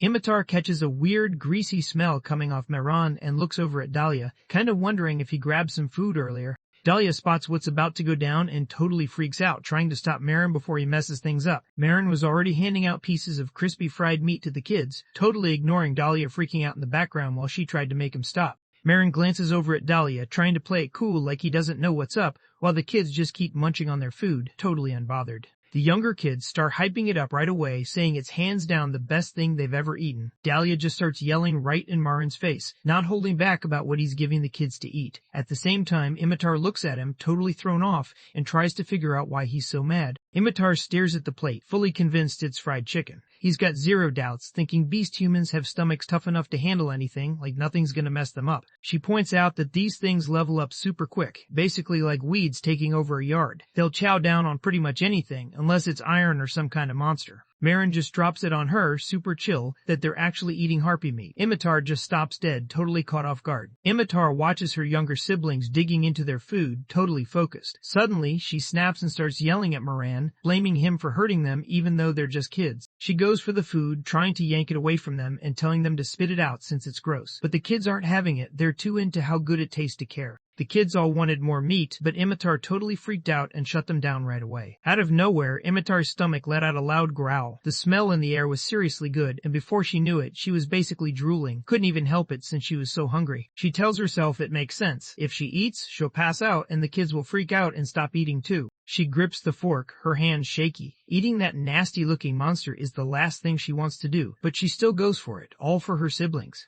She opens her mouth and just takes in all the calm like she's about to drop, as if she just swallowed something toxic. Out of nowhere, her eyes go wide, totally caught off guard. Dahlia, looking seriously stressed, rushes to check what's going on with her. Dahlia starts shaking, worried she might have gotten poisoned just like Marin. Her voice comes out all messed up, barely making any sense. Imitar lets out a loud yell, totally blown away by how good the food tastes, while her brother off to the side grumbles about her not sharing. She realizes she's never had meat this good before, so soft and juicy it's unreal. She can't help but wonder if this is actually harpy meat because nothing she's eaten even comes close. Marin flashes her a confident, kind of sarcastic grin, acting like he already knows the answer about the food. Imitar just sits there, thrown off and not sure how to respond to that. She scoops up her siblings and bolts out of there, her mind racing with how embarrassed she is. In her head, she's already plotting how Marin's gonna get what's coming to him, and she's not about to let this slide. Marin shuts down the drama and looks straight at Dahlia, making sure he knows there's still something important they need to deal with. Marin tells him he has to give up almost all of his future cash, like 90%, until he pays back the full 70 gold coins. Dahlia just can't believe what she's hearing. It totally throws her off. Dahlia totally loses it, calling Marin the worst and saying he's planning to starve him out. Marin just shrugs it off, acting like he couldn't care less if he died because of it. Once things settled down, Marin reminded Dahlia about the deal they made earlier and told her it was time for him to get his reward. It's nighttime in the forest now. Marin can't help but question why they even bothered coming out here, while Dahlia points out that spirits avoid the village because it's way too loud and crowded. Marin wanted to know how to give someone an attribute, blessing, so Dahlia started breaking it down for him. She made it clear this wasn't something small and told him to lose the heavy gloves first. Marin pulls off the glove. Dahlia lets him know that for the blessing to work, he actually has to touch skin no glove in the way. Dahlia breaks it down, saying elves born in the forest get this spirit blessing. Whatever kind of blessing they get pretty much decides how good they'll be at stuff from the start. Dahlia breaks it down for Moran, letting him know that a contracted spirit basically sticks around forever, always watching his back. She also points out that if the spirit asks, it can actually pass its blessing on to someone else. He lets Marin know, kind of on edge, that this is a one-time thing. Usually people say blessings like this for someone they're locked in with for life, their kid, or someone who's actually earned it. Dahlia glanced over at Marin, seriously grateful. He thought of Marin as the real one who'd actually come through for him, twice even, helping him save his people from humans both times. Dahlia started the summoning ritual, trying to get his spirit, Sylph, to show up. Out of nowhere, the wind picked up all around Marin. He couldn't spot the spirit anywhere, but he could totally sense its energy moving through the air around him. Dahlia dropped some real talk. Humans weren't just after the elves because they looked cool. They dangled a pain-free life to trick elves into giving up their special power. Most of his people went through serious hell just to keep their pride, but once the treaty happened, a ton of them started dying way more often. Dahlia just lets it all out, saying with real sadness that it was always about suicide. He explains that elves remember everything way too well, and that actually messes them up. Even after coming back, they can't shake off what happened, so a lot of them just end up heading back to the World Tree on their own, hoping to finally get some peace. Dahlia can't stand the people who started all this pain and just acted like nothing happened. He's clearly holding back, but you can tell he's seriously mad-like. He straight up says he'd take them all out if he could. Marin didn't see that level of rage coming, and it really caught him off guard. The wind started picking up around Marin, going wild as soon as Dahlia called out and the spirit got involved. A notification popped up letting Marin know he just unlocked Sylph as his spirit contractor and now has wind powers to go with his fire abilities. Dahlia tells Marin not to get it twisted. He still can't stand humans, especially the ones who'll do anything for cash, no matter how shady. He gives him a dead serious look, making it clear that giving this blessing doesn't mean he's cool with what humans did. The next day, Hexalim Guild's headquarters shows up, sitting there under a bright, clear sky. Imitar spots Miran the moment he walks in and instantly starts waving like she's been waiting all day. Dahlia is just chilling next to her, keeping it low-key. Imitar lets them know she's relieved. They finally scored a babysitter for her siblings. It took a while to find another beast human since leaving the kids with a regular human just isn't an option. Imitar tightens her fist, pumped up because it's her first day out on her own. She's got a ton of energy, feeling ready to take on whatever comes next. Imitar holds up the quest she picked, showing everyone she's going after Mad Dearth in the Crystal Cave, level 20. Dahlia isn't hyped about hunting in a muddy swamp. Honestly, it sounds pretty lame, but he knows it's a chill mission for anyone with a C rank, so he can't really complain. Marin checks out the monster, noticing it's basically a pile of living mud sliding around like slime. He starts wondering what it would taste like, kinda curious if it's actually any good. Dahlia and Imitar glance at him, both clearly unsure about what he's up to. Imitar even thinks maybe they should just head to the carriage she called for. The team moves through the city, with Imitar nudging Marin about whether he looked at the other monsters back in the cave. He tells Marin he'll break down everything once they're in the carriage. She mentions she's got to start searching for a place to live for her and her siblings once this mission's over, since crashing at the inn forever just isn't going to work. The team comes to a quick stop when they see this massive, decked-out carriage parked right in their path. Dahlia checks out the carriage and can tell it's super fancy and probably costs a ton. Meanwhile, Imitar starts freaking out. She knows for sure this isn't the one she booked. There's no way she could afford something like that after only one day out on her own. Out of nowhere, a bunch of guys with weapons closed in around them. Imitar's mind started racing as he tried to figure out what was going on.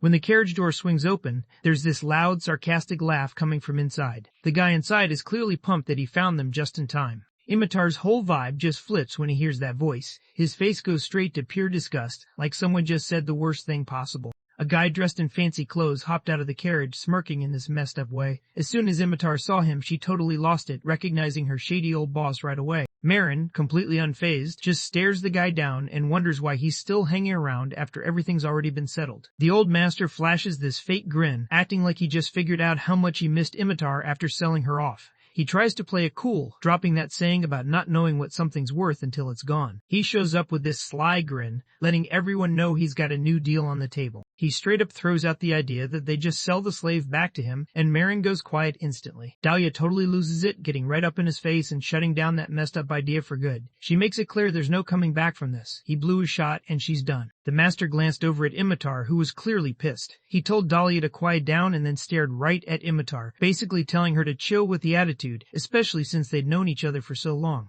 The master just points back at the two guys behind him, showing off that they're actually from the rear guard and their levels are over 80. It's pretty clear that if these two lose their cool, Dahlia and Imitar probably won't stand a chance. The master turns to Marin and tells him he's got 100 gold coins if Marin's down to sell Imitar back to him. Marin shuts down the offer right away, not even hesitating. The master just stands there, stunned and starting to stress, thinking maybe he should have offered more, since he never thought the slave was even worth that much. Dahlia just lost it and started yelling right at the master, telling him to chill with the trash talk and stop going after his teammate. The master decides to bump the price up to 150 gold coins, thinking Marin might finally agree, but Marin still isn't having it. The master gets a little flustered and quickly throws out an even higher offer, 160 coins this time. Imitar jumped in, yelling straight at her old master. She made it clear that no matter how much money he threw around, even if he had 100 million gold coins, Marin wasn't going to give her up. The master just laughed at them, calling them clueless about what beast humans actually go for. He didn't back down. He upped the price to 200 gold coins like he was daring them to say no to that kind of money. Marin leaned in, hand on his chin, pretending to seriously consider the offer. That set Dahlia off. He started freaking out and shook Marin hard, trying to snap him out of it. Marin broke character right away and let him know he was just messing around. Marin stands in front of the master, totally serious. She basically calls him out, saying the ownership papers got wrecked right there, and he already promised she was free. So, at this point, she's not even a slave he can trade or sell. Marin steps up, looking dead serious, and makes it clear he's got nothing to do with this guy. His voice drops, cold and intense, making sure the dude knows he's not messing around. If anyone comes at Imitar wrong again, Marin's not going to let it slide. The master clenched his jaw, totally fed up, thinking these guys were just a bunch of losers hyped up on their own squad vibes. His face twisted into a wicked grin. At first, he thought about just paying up to keep things chill, but now he figured wrecking this monster would be way more fun. Imitar picks up on what he's really after and gets ready to fight back, knowing now that he's trying to overpower her. Out of nowhere, the master gets smashed with a heavy hit and goes flying, blood spraying from his face as he hits the air.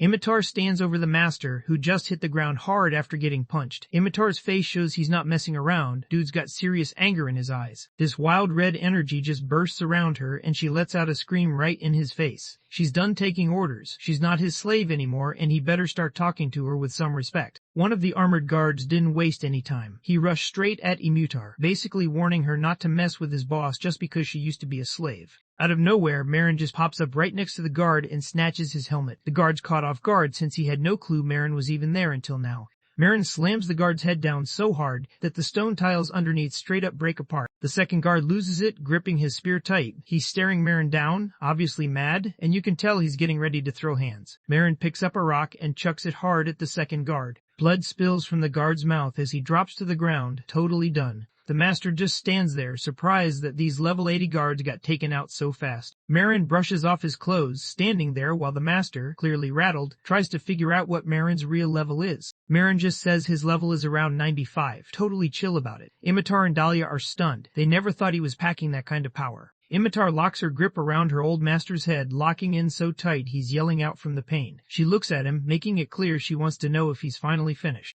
Dahlia hurries over, reminding her they're about to miss the carriage and telling her to wrap things up fast. Imitar throws a strong punch straight to the guy's face, making it clear that things are done for her now too. She throws her hands up, totally hyped after landing the hit. Meanwhile, he's out cold on the ground, blood all over his face. The merchant's down on the ground, bleeding all over the place. He tries to act tough, saying they'll regret this, and even drops the merchant guild name like that's supposed to scare anyone. Marin towers over him, this wild red energy coming off her, and it's pretty clear she's been hearing people call him a killer. Because of that, finding anyone willing to team up lately has been basically impossible. He tells him straight up that dealing with a new team is way more of a hassle than just taking out one merchant guild. Marin just launches a kick at the carriage, totally wrecking it with some serious power. He's not messing around, basically making it clear the guy better not mess with the squad Marin finally put together. Marin walks off, leaving the merchant stuck in the middle of all the mess and dust. Before heading out, Marin lets him know not to forget where he stands. Now the story jumps over to the Crystal Cave. The squad runs into these wild mud monsters, but Dahlia is quick to spot that fire actually takes them out. Imitar gets ready to throw down some magic, locking in and firing off a spell. Flames burst out, lighting up the monsters and burning them hard.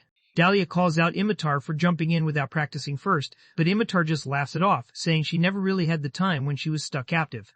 Marin stands there holding this bowl of super sticky mud, looking kinda proud of himself. Imitar just stares at him, totally grossed out, and lets him know she's got zero healing magic skills, so if he messes up, he's on his own. Marin leans in to sniff the food, thinking he's about to catch that usual earthy smell, but there's nothing. It's like the scent just dipped, totally missing. He goes for a bite, hoping it doesn't have that weird dirt flavor. He's instantly let down. The flavor is straight up weird, like someone tried to turn mud into gum. He doesn't even think twice before tossing it out.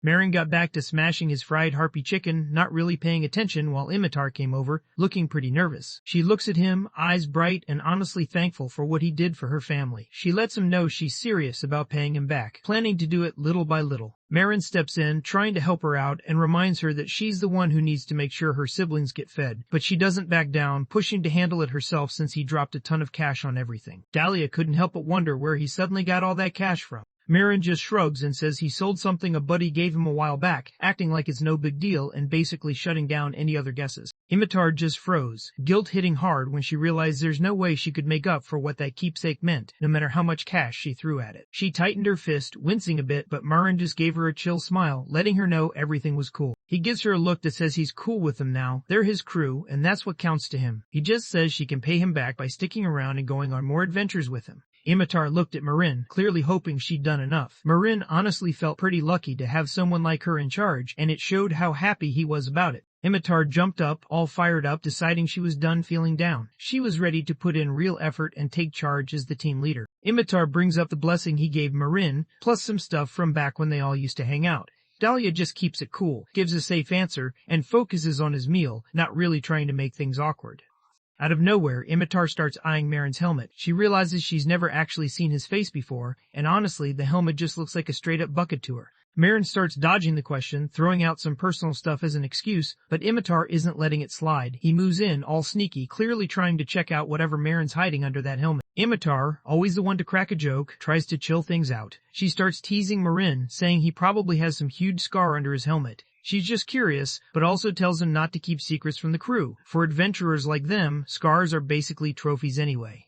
Dahlia nods along, thinking Marin is way too extra about keeping his identity a secret. She thinks he should chill out and let people in, especially when there are folks who actually care and want to know him better. Marin just stays quiet, not saying a word. Out of nowhere, a super quick beam of light blasts through the air and smacks right into his helmet, hitting hard. Dahlia and Imitar both freeze up, totally thrown off by what's happening.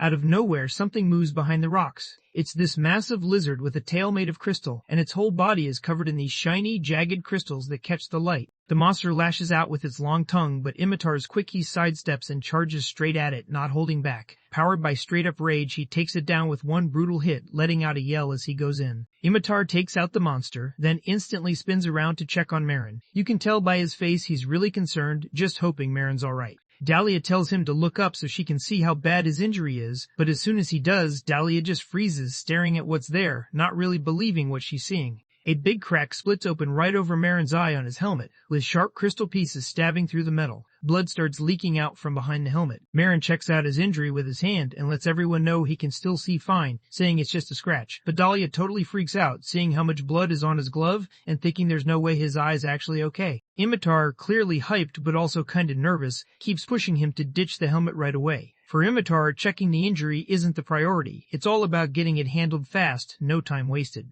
Imitar starts freaking out, saying they gotta get back to the temple ASAP if his eye is messed up. Meanwhile, Marin just throws his hand over the crack in his helmet, acting real quick like he doesn't want anyone to notice what's up. Right then, Marin's mind started replaying old memories he couldn't shake off. He remembered people freaking out, their faces full of fear, yelling and calling him a monster, and someone desperately begging for help. His brain replayed that scream and the sound of running over and over, while his old teammates stared at him like they'd just seen something they couldn't unsee. Marin snaps back to real life out of nowhere and just starts yelling at Imitar and Dahlia, his voice straight up panicked and mad. He tells them not to get near him, and both of them instantly pull back, totally caught off guard. Dahlia and Imitar just stared at him, totally caught off guard. Dahlia couldn't help but wonder if Marin really hated showing his face that much. Marin's hands shook hard as he grabbed his helmet, trying to pull it down over his face. He kept his head low, desperately hoping no one would notice him or stare. Dahlia steps up to him, moving kind of slow, trying to chill him out. He gets why the guy's holding back, but they really need to check out the injury if they're gonna fix it. Marin pulled himself together, saying he was totally good. He brushed off the injury like it was nothing and said his eyesight was still on point. Dahlia eyes him, not really buying it, since everyone knows the Crystal Tail monster is just level 30 and usually can't do any real damage. Now he's stuck wondering why Marin freaked out so hard. Marin locks in his choice to finish the mission, letting everyone know he's good, even if Dahlia and Imitar still look at each other, not totally convinced. Dahlia's not really into it, but she says okay, telling him not to push himself and to let them know fast if he feels worse. Imitar, sounding super weak, says sorry to Marin for messing with his helmet. Marin feels kinda bad too and says sorry for yelling right at them. Marin said sorry again, clearly regretting that he'd snapped at them. Guilt was written all over his face. He knew he messed up by getting loud. The sky was clear when the guild building finally came into view, letting everyone know the Mad Dearth subjugation mission was a wrap.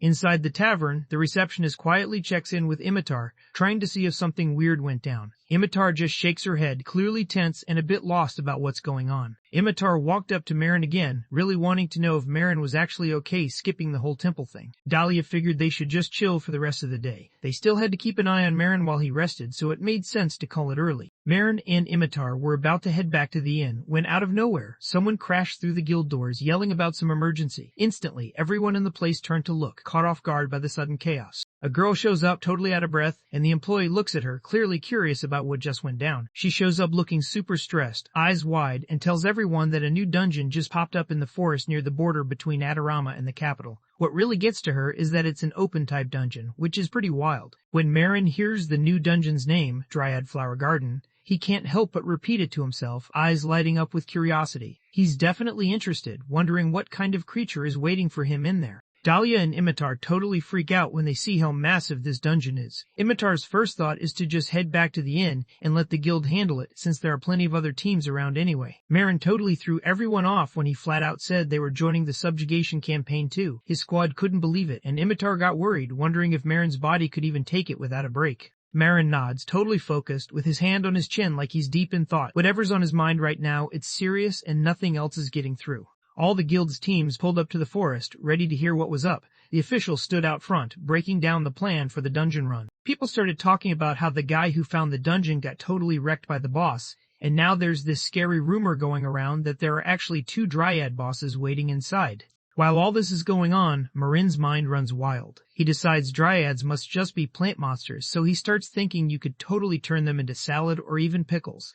His eyes light up, and you can tell he's getting hungry just thinking about it. Dahlia checks out Marin and gets a bit nervous. She leans over to Imitar, thinking that if Marin actually starts eating in front of everyone, their squad's rep is basically toast. Imitar gets it right away and says if that goes down, they should just act like they don't even know him. Marin spun around to face Dahlia, grinning and saying he'd whip up something special for him this time, since elves just eat veggies and Dryads are, well, basically plants. But Dahlia wasn't having it. He shot Marin a hard look, totally grossed out and annoyed by the whole idea. The official kept talking, letting everyone know the rumors were true. There were actually 2 bosses in this dungeon. That news had the adventurer looking a little more stressed than before.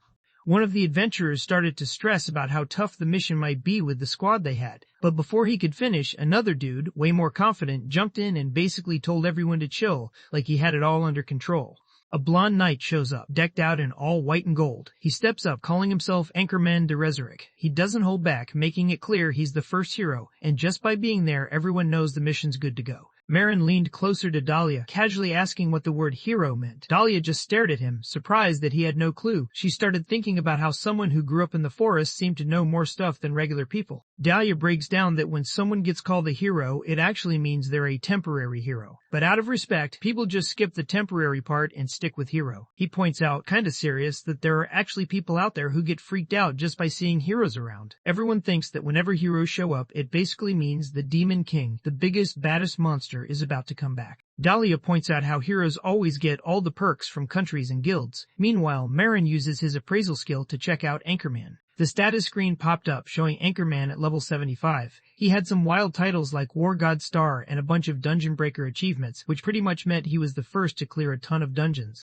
Anchorman laughs like he's totally sure of himself, and Marin just stares, kind of impressed by how many titles this guy stacked up. Marin remembers seeing a hero way back, and when he brings it up to Dahlia, she drops some news. Out of the 5 heroes they've found so far, the second one didn't make it. He says, kind of down, that the 4th hero got taken out by a monster, so now there's just 3 heroes left. Marin just listens, not saying anything. Out of nowhere, one of the adventurers starts yelling about a bunch of flying monsters heading their way. Right away, everyone gets told to step up and stop those things before they get anywhere near the main group.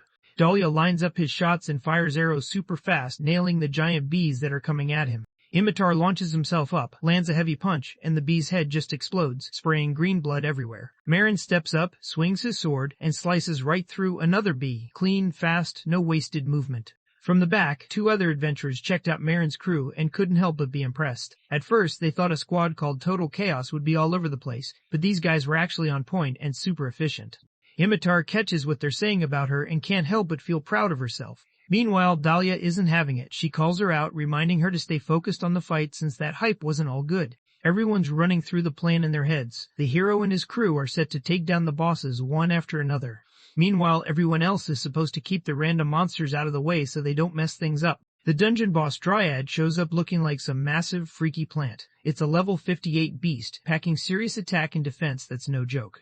The rank B team was really struggling with the Dryad. Their leader was stressing out, trying to get everyone to keep the monster busy so the hero could wrap up with the other boss. Hero Anchorman steps up to the Dryad boss, totally locked in. He's quick on his feet, slipping past all those wild vine attacks. Every move is sharp, landing hit after hit with his sword and keeping his eyes locked on the boss the whole time. He leaps up, barely missing a heavy hit, thinking if now's the time to just finish things. The monster lets out a loud yell, clearly hurting, while the hero just keeps going, not slowing down at all. He's moving way faster and hitting way harder, making it obvious he's got the upper hand. The fight stays totally one-sided, with the hero locked in and running the show. He just keeps landing hit after hit, not letting up for a second. The Rank B adventurer team just stood there, totally locked in on what happened. They couldn't believe the hero just soloed a boss like that. It was wild.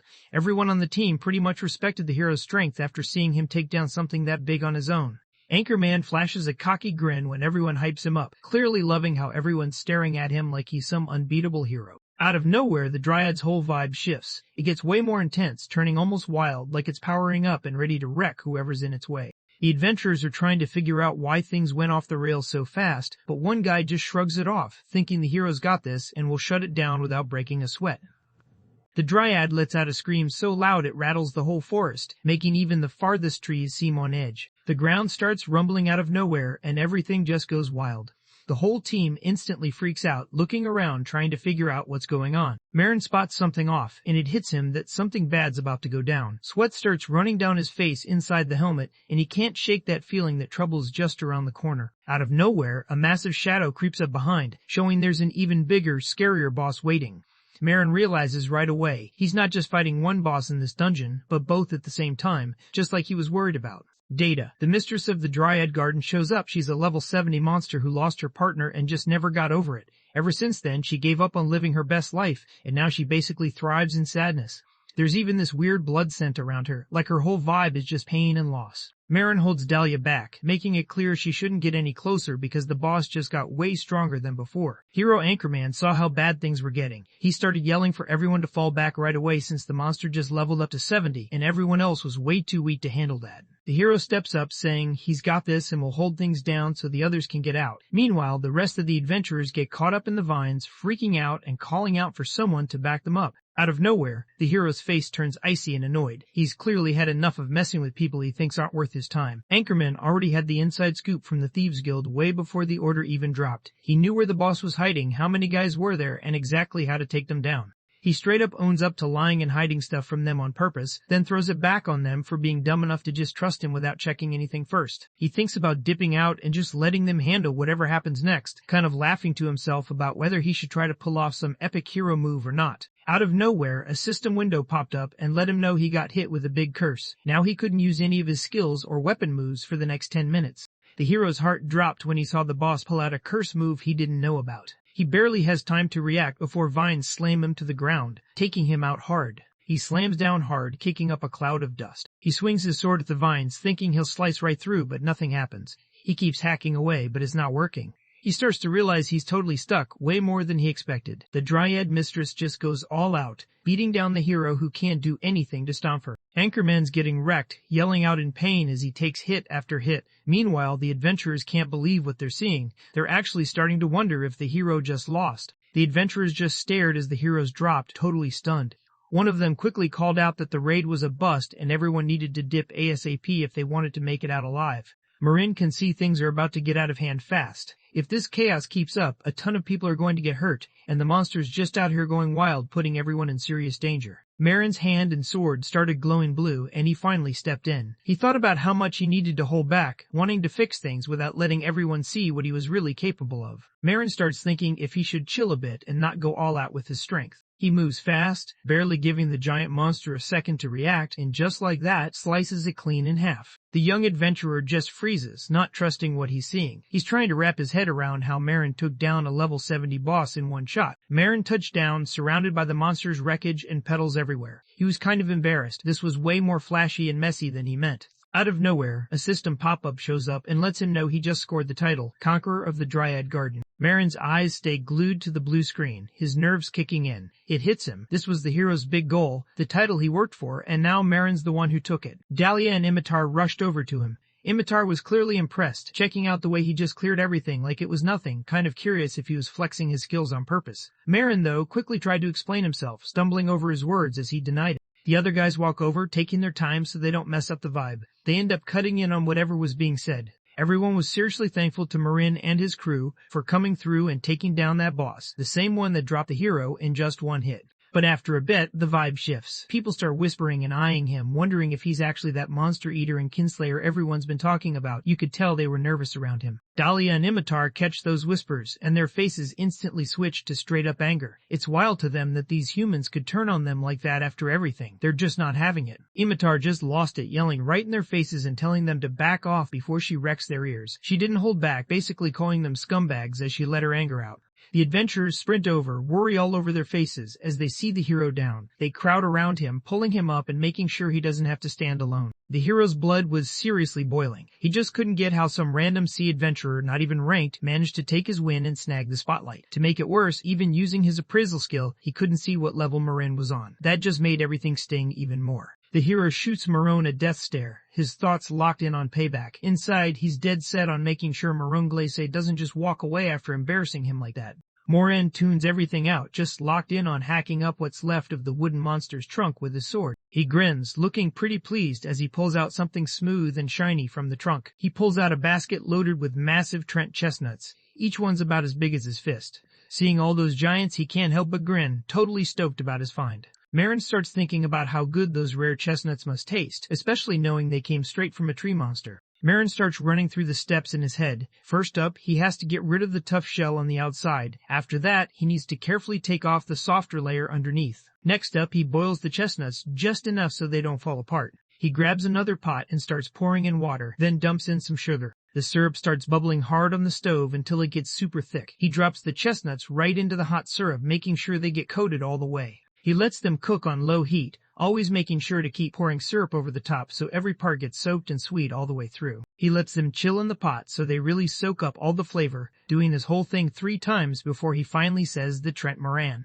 Glace dish is done. Marin grabs the fork and checks out the thick, shiny sugar covering the giant nut. He's totally proud of how it turned out. He leans in, opens wide, and digs into the fancy dessert. He could barely hide how hyped he was when the sugar syrup soaked right into the chestnut, making the flavor way deeper and sweeter than before. He bites in and gets that soft, chewy vibe, while the syrup just drips perfectly. Yeah, this is exactly the taste he's been looking for. Marin really likes biting into the dessert. The chewy texture kind of reminds him of those fancy chocolates you see online, the ones that always look perfect. He knows this food is way too good to eat alone. Meanwhile, Dahlia shows up, clearly tired and kind of annoyed, trying to figure out what's going on so late. She's also a little suspicious, thinking Marin might be back to cooking up weird monster stuff again.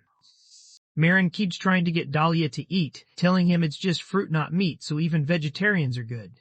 Meanwhile, Dahlia looks stressed out, holding his head and clearly more worried about where Imitar is than about food. Marin points out that Imitar isn't really into sweets, and her younger siblings are already knocked out for the night, so giving them sugar isn't happening. Dahlia looks at the giant, glossy chestnut, clearly not into it and kind of holding back. Dealing with Marin bugging him nonstop, Dahlia just couldn't take it anymore and decided he'd try the food once, hoping it'd finally shut down these late-night interruptions. He kind of felt bad for Marin too, seeing him still up cooking this late. Dahlia grabs a piece, looking totally uninterested as she takes a bite, but then she just freezes out of nowhere. His eyes go wide when he realizes this monster fruit tastes insane, crazy sweet and smooth, with that syrupy flavor mixing perfectly with how chewy it is. Dahlia's cheeks went bright red. He really wasn't used to how good this tasted. He just lost it, yelling right at Marin, blaming him for getting him hooked on something this sweet when he never even liked it before. Marin shows off his dessert and calls it Marin Glace, basically naming it after himself. Dahlia can't help but roast him a bit for being so full of himself. Marin jumps in to set things straight, pointing out that he actually got his name from the dessert, not the other way around. Then he catches on. Dahlia's clearly got a thing for sweets, even though he keeps acting like he doesn't. Dahlia explains that his master, Rose, was super strict about what he ate. So strict that he couldn't even snack on strawberries whenever he wanted back home in the forest. Dahlia points out that his master never messed around. Dude was always strict in all business. Even now, he's still running things as the captain of the guard back in their forest home. Marin hears the name Rose and the mention of pink hair and just reaches out to grab Dahlia's hand right away. Dahlia definitely wasn't expecting it and gets caught off guard. Marin gets all serious and asks if she actually uses a spear and has water powers. Dahlia didn't see that coming. He's straight up surprised that Marin knows these little details about his master. Early that morning, Marin suddenly insisted they head out to the elf forest right away. Sunlight slipped through the thick trees in the middle of the Great Isora forest, lighting up the whole area. Marin moves through the forest, thinking back to an old mission he went on with an elf. That elf was tight with his mage buddy from way back. He still remembers how she fought with the spear, which was pretty wild since hardly any elves ever use one. He suddenly clocks that this old-school warrior is the exact guy Master Dahlia mentioned earlier. Marin gets tense, asking Dahlia over and over who she is, all while low-key stressing about whether she even remembers him after everything that's happened. Out of nowhere, he senses someone watching him from behind a massive tree. That's when an elf steps out, pink hair, sharp vibe, totally standing out. She looks straight at him, her voice steady, pointing out that he's the tall guy in the helmet who's about her height, pretty much could pass for one of her own. She wants to know what he's doing here and demands he drop the act and say who he really is. Marin lets her know his name is Charlotte, mentioning it's been a while since they saw each other. When Marin says hey to her and drops a long time no see Rose, she just cracks up. She fires back, calling him Charlotte in a sarcastic way, then jokes that it's been forever since she's heard anyone use that name. She casually checks in on how he's been doing lately, acting pretty chill and friendly. Marin actually feels a bit better, realizing she still remembers him. Marin is honestly glad that she's doing all right. He's got something on his mind and wants to see if she'll let him bring it up.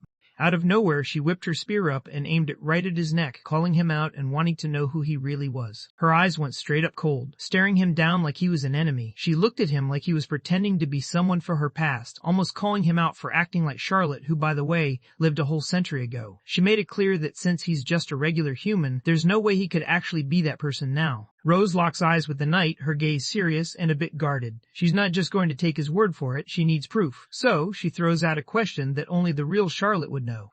If he's telling the truth and he really is the person she remembers, he should know the special nickname she used to call him back in the day. Marin goes quiet for a bit, thinking back on everything that's happened. Marin starts thinking back to when that young mage kept pushing for him to join their squad, saying it was tough to find someone who could handle a shield like he could. Marin remembers turning the offer down, saying he wasn't interested at all, even though the mage kept asking him to just give it a shot one time. The mage just keeps at it, trying to convince him that meeting other races would be pretty cool. Rose, still pretty young in this memory, steps in and calls out the mage for dropping her name in his deals without even asking her first. Marin wanted to know if Rose was part of the squad, so the mage explained that she wasn't actually on the team, she was just his best friend. That made Rose call him out for being rude. The mage brings Marin over to meet Rose and tells her that he's Mr. Charlotte. Rose shoots them an annoyed look, thinking to herself how everyone outside the forest is weirdly obsessed with elves. She reaches out for a handshake, totally straight-faced. She says her name's Rose, and he tells her he's Charlotte. Rose thought the name Charlotte was just way too long and kind of extra. Right away, she figured it made more sense to call him Charlo instead, and that was it. She stuck with the nickname from then on. Rose snaps back to the present, trying to process what just happened. He suddenly remembers why that nickname sounds so familiar. She was the one who made it up for him, just to make his name easier to say. She checks him out, surprised at how his build and the way he talks are exactly like she remembers. Still, he doesn't look like some old dude at all. Marin remembers that he was just 15 years old when they first crossed paths. Marin starts bringing up little things that only he would remember, like how the mage was the youngest ever to make it into the magic tower, how he was all about Madeline cakes but never touched the ones Rose baked since they were honestly pretty rough, and how she got hit with a ton of fan letters from mercenaries who were basically her biggest fans. Rose gets super embarrassed when he starts bringing up old scandals, and she really just wants him to quit it right away. She pulls herself together and checks him out, picking up on how chill he seems and how his voice is way deeper than the way he talks. Rose is totally sure now. This guy is the Charlotte she remembers, but her brain just can't wrap around how he's even alive, let alone looking exactly the same. She finally recognized who he was and told him to come with her since she had something to check out. Marin followed her, keeping pace as they moved deeper into the forest. They step into this basic wooden hut. She hands him a cup of water, kinda sorry that's all she's got, and lets him know the place is really just for crashing, nothing fancy. Marin notices how out of the way this place is and wonders if she stays here by herself. She lets him know it's just easier for her to keep an eye on the forest entrance this way. She checks him out, kinda weirded out, noticing she still looks almost the same even after 100 years. That's the elf thing. But what really bugs her is how he keeps his helmet on, like, what's the deal? Marin just nods and lowers his head, keeping his reasons to himself. Rose didn't want to see his face, she wanted to check out his hand instead. Marin just put his hand out, and she grabbed it, looking it over. She could tell right away his skin felt super young, almost like he hadn't aged at all. That caught her off guard. She's honestly surprised, realizing that even though she fought against time as an elf, it looks like his time as a human just froze. Rose looked at Marin, hoping for some good news about Charles, her best friend. Deep down, she wanted to hear that Charles was still around and hadn't changed, just like Marin. But as soon as Marin told her the truth, that Charles was gone, and Marin was the only one left from their old crew, her whole vibe shifted, and sadness just took over. Rose just takes it all in quietly, kind of sad, finally getting that 100 years is a long time long enough for people to be gone for good. Rose straight up thought everyone was gone, she just figured they didn't make it. Rose thinks back on how her days as an adventurer wrapped up quick. Right after, she dipped straight back into the forest to chill. She pretty much stayed out of the loop, only hearing what her old friends were up to whenever Charles sent her a letter. At some point, Charles just stopped replying out of nowhere. She figured he probably got caught up with something and kept waiting for him to hit her back. But then, 20 years went by, and she never heard a thing. Team Romantia just vanished, like they were never even there. Back then, mercenary teams dropping off the map wasn't anything wild. Everyone was talking about how that squad just vanished out of nowhere. It was all over people's feeds and nobody could stop bringing it up. Rose, honestly sad, realized she didn't believe it right away and just kept waiting around. But after so much time passed, any hope she had basically faded away. She spots Marin standing there, looking exactly the same as he did 100 years ago, and her mind just can't process it. She's honestly stunned, like, how did this dude not age even a little? It's wild, and she's honestly just trying to wrap her head around it. Marin thinks back and brings up the last time he and Rose teamed up in a fight. He's curious about that one rare item he scored during that run, and wants to know more about it. Marin thinks back to that moment, showing off the thing they scored after taking down the Spider Queen, Regina Arania. Marin drops the name,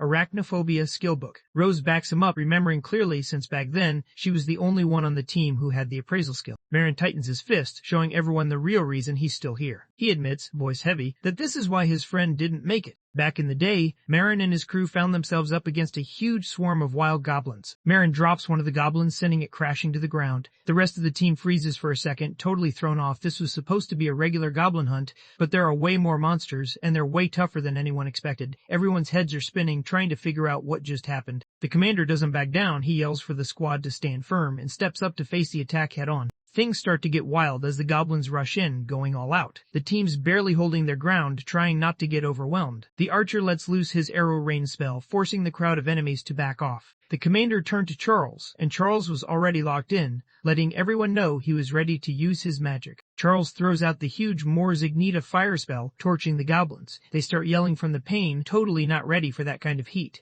When the fight wraps up, the crew checks out the burnt goblin bodies. The commander turns to Marin Charlotte, wanting to know if he's ever seen goblins like this. Marin just shakes his head. He's never come across anything like them before. The team starts grumbling about how the client totally played them with fake info, especially now that the whole place is crawling with monsters they didn't see coming. They all agree they'll hit up the client for some serious payback later, since this wasn't what they signed up for. Charles figured out real quick that things were way more serious than he thought, and the info he got was all messed up. Not wasting any more time, he decided to bounce and grab a body to prove what actually went down. Out of nowhere, some random dude in a black cloak showed up, standing right there with all the bodies. He just stared at everything, totally unfazed, dropping some harsh words about how ruthless they were, and then wrecked everything he'd worked so hard on. The archer's eyes go wide as he tries to figure out who just showed up, since only people on the subjugation squad are supposed to be here. This spot is off limits, so seeing someone random pop up catches him off guard.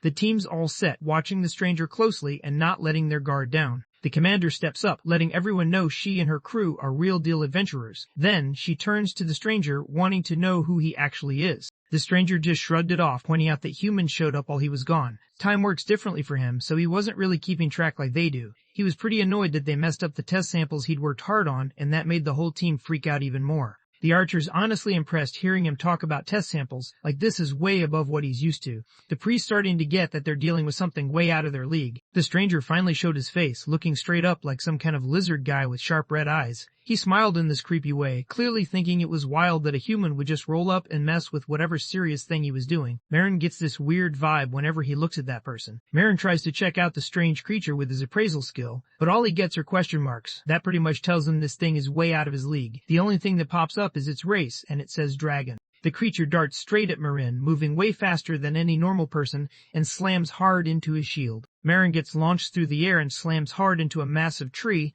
while the commander loses it and yells his name, totally freaking out. This dragon-looking dude showed up with this smug grin, calling them out for snooping around where they shouldn't be. He pretty much let them know they were about to be used as some kind of sacrifices for his weird rituals. The commander tells the crew to get ready for a fight and calls out to Damien, wanting him to heal Marin right away. The dragon throws out a sarcastic apology, acting like he's sorry for being rude because he was in a rush. He points out that even bugs should know who's the one that took them out. The dragon shows up, totally owning the moment, making it clear he's the golden dragon, the smartest and top-tier dragon around. As soon as someone drops the word dragon, the whole squad basically freezes up, panic written all over their faces. Charles, not having it, starts yelling for everyone to get it together. He knows they can't afford to lose focus, especially since the dragon's next move could come out of nowhere. Charles clocks that the dragon dropped Marin in one hit. This thing's for real and not messing around.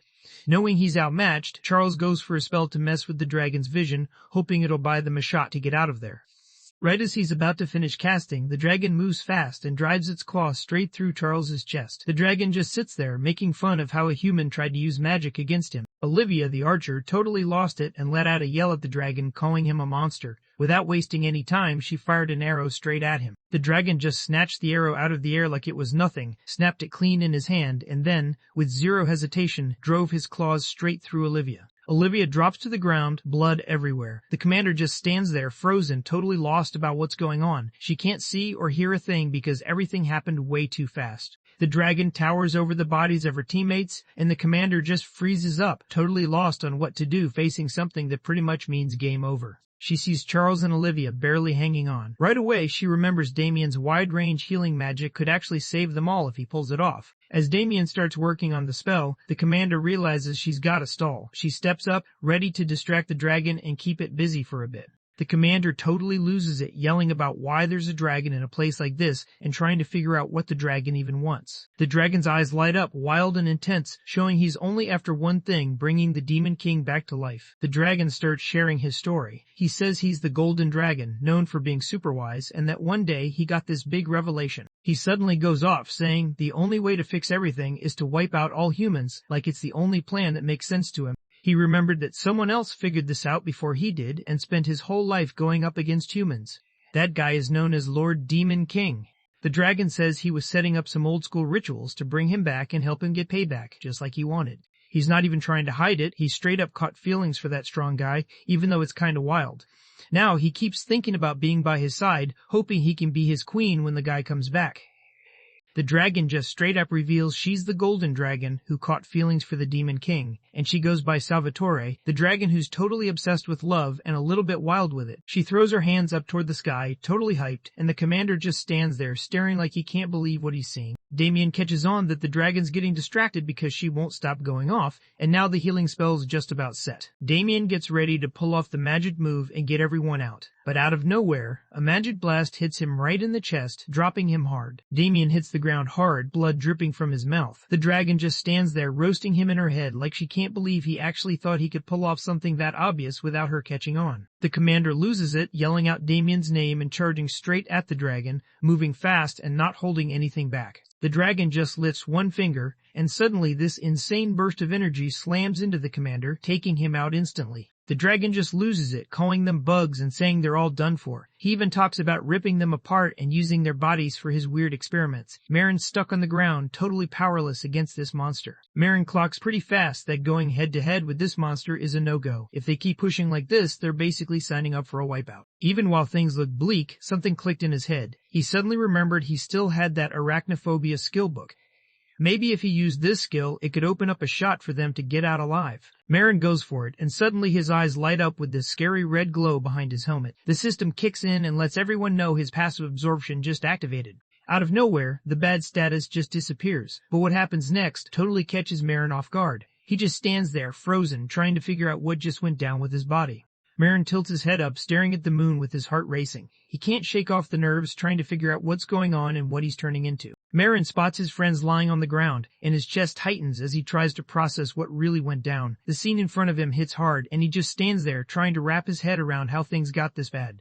Lately, I've had a strong addiction to watching manhwa and manga recap videos. Every single day, I find myself binging one after another, losing hours and days doing absolutely nothing productive. And honestly, it's getting out of hand. So, maybe we can make these viral videos too. I mean, look at the views, the growth, the community these creators are building. It looks simple, right? But that's a trap. You go down this endless rabbit hole, spending money, losing sleep, hiring editors and writers from Fiverr and Upwork, and still feel like you've been robbed. Because don't forget how emotional the YouTube algorithm can be with making videos go viral. It's unpredictable, especially when the market's saturated, competition's relentless, and somehow other creators are dropping 10-hour videos daily while you're stuck trying to finish one. That's when I realized something had to change. So, I built the solution, the Web2 Narrative Suite, a complete one-click system that handles everything from cropping, script narration, text-to-speech, image processing, and full video generation in one smooth process. Save money, reduce hours of work, and have a tool that only gives you straight results. Click on the link down below and experience it for yourself. And if you want even more tools to supercharge your YouTube recap journey, visit my Ko-Fi and Patreon pages where I drop weekly new tools designed to keep you ahead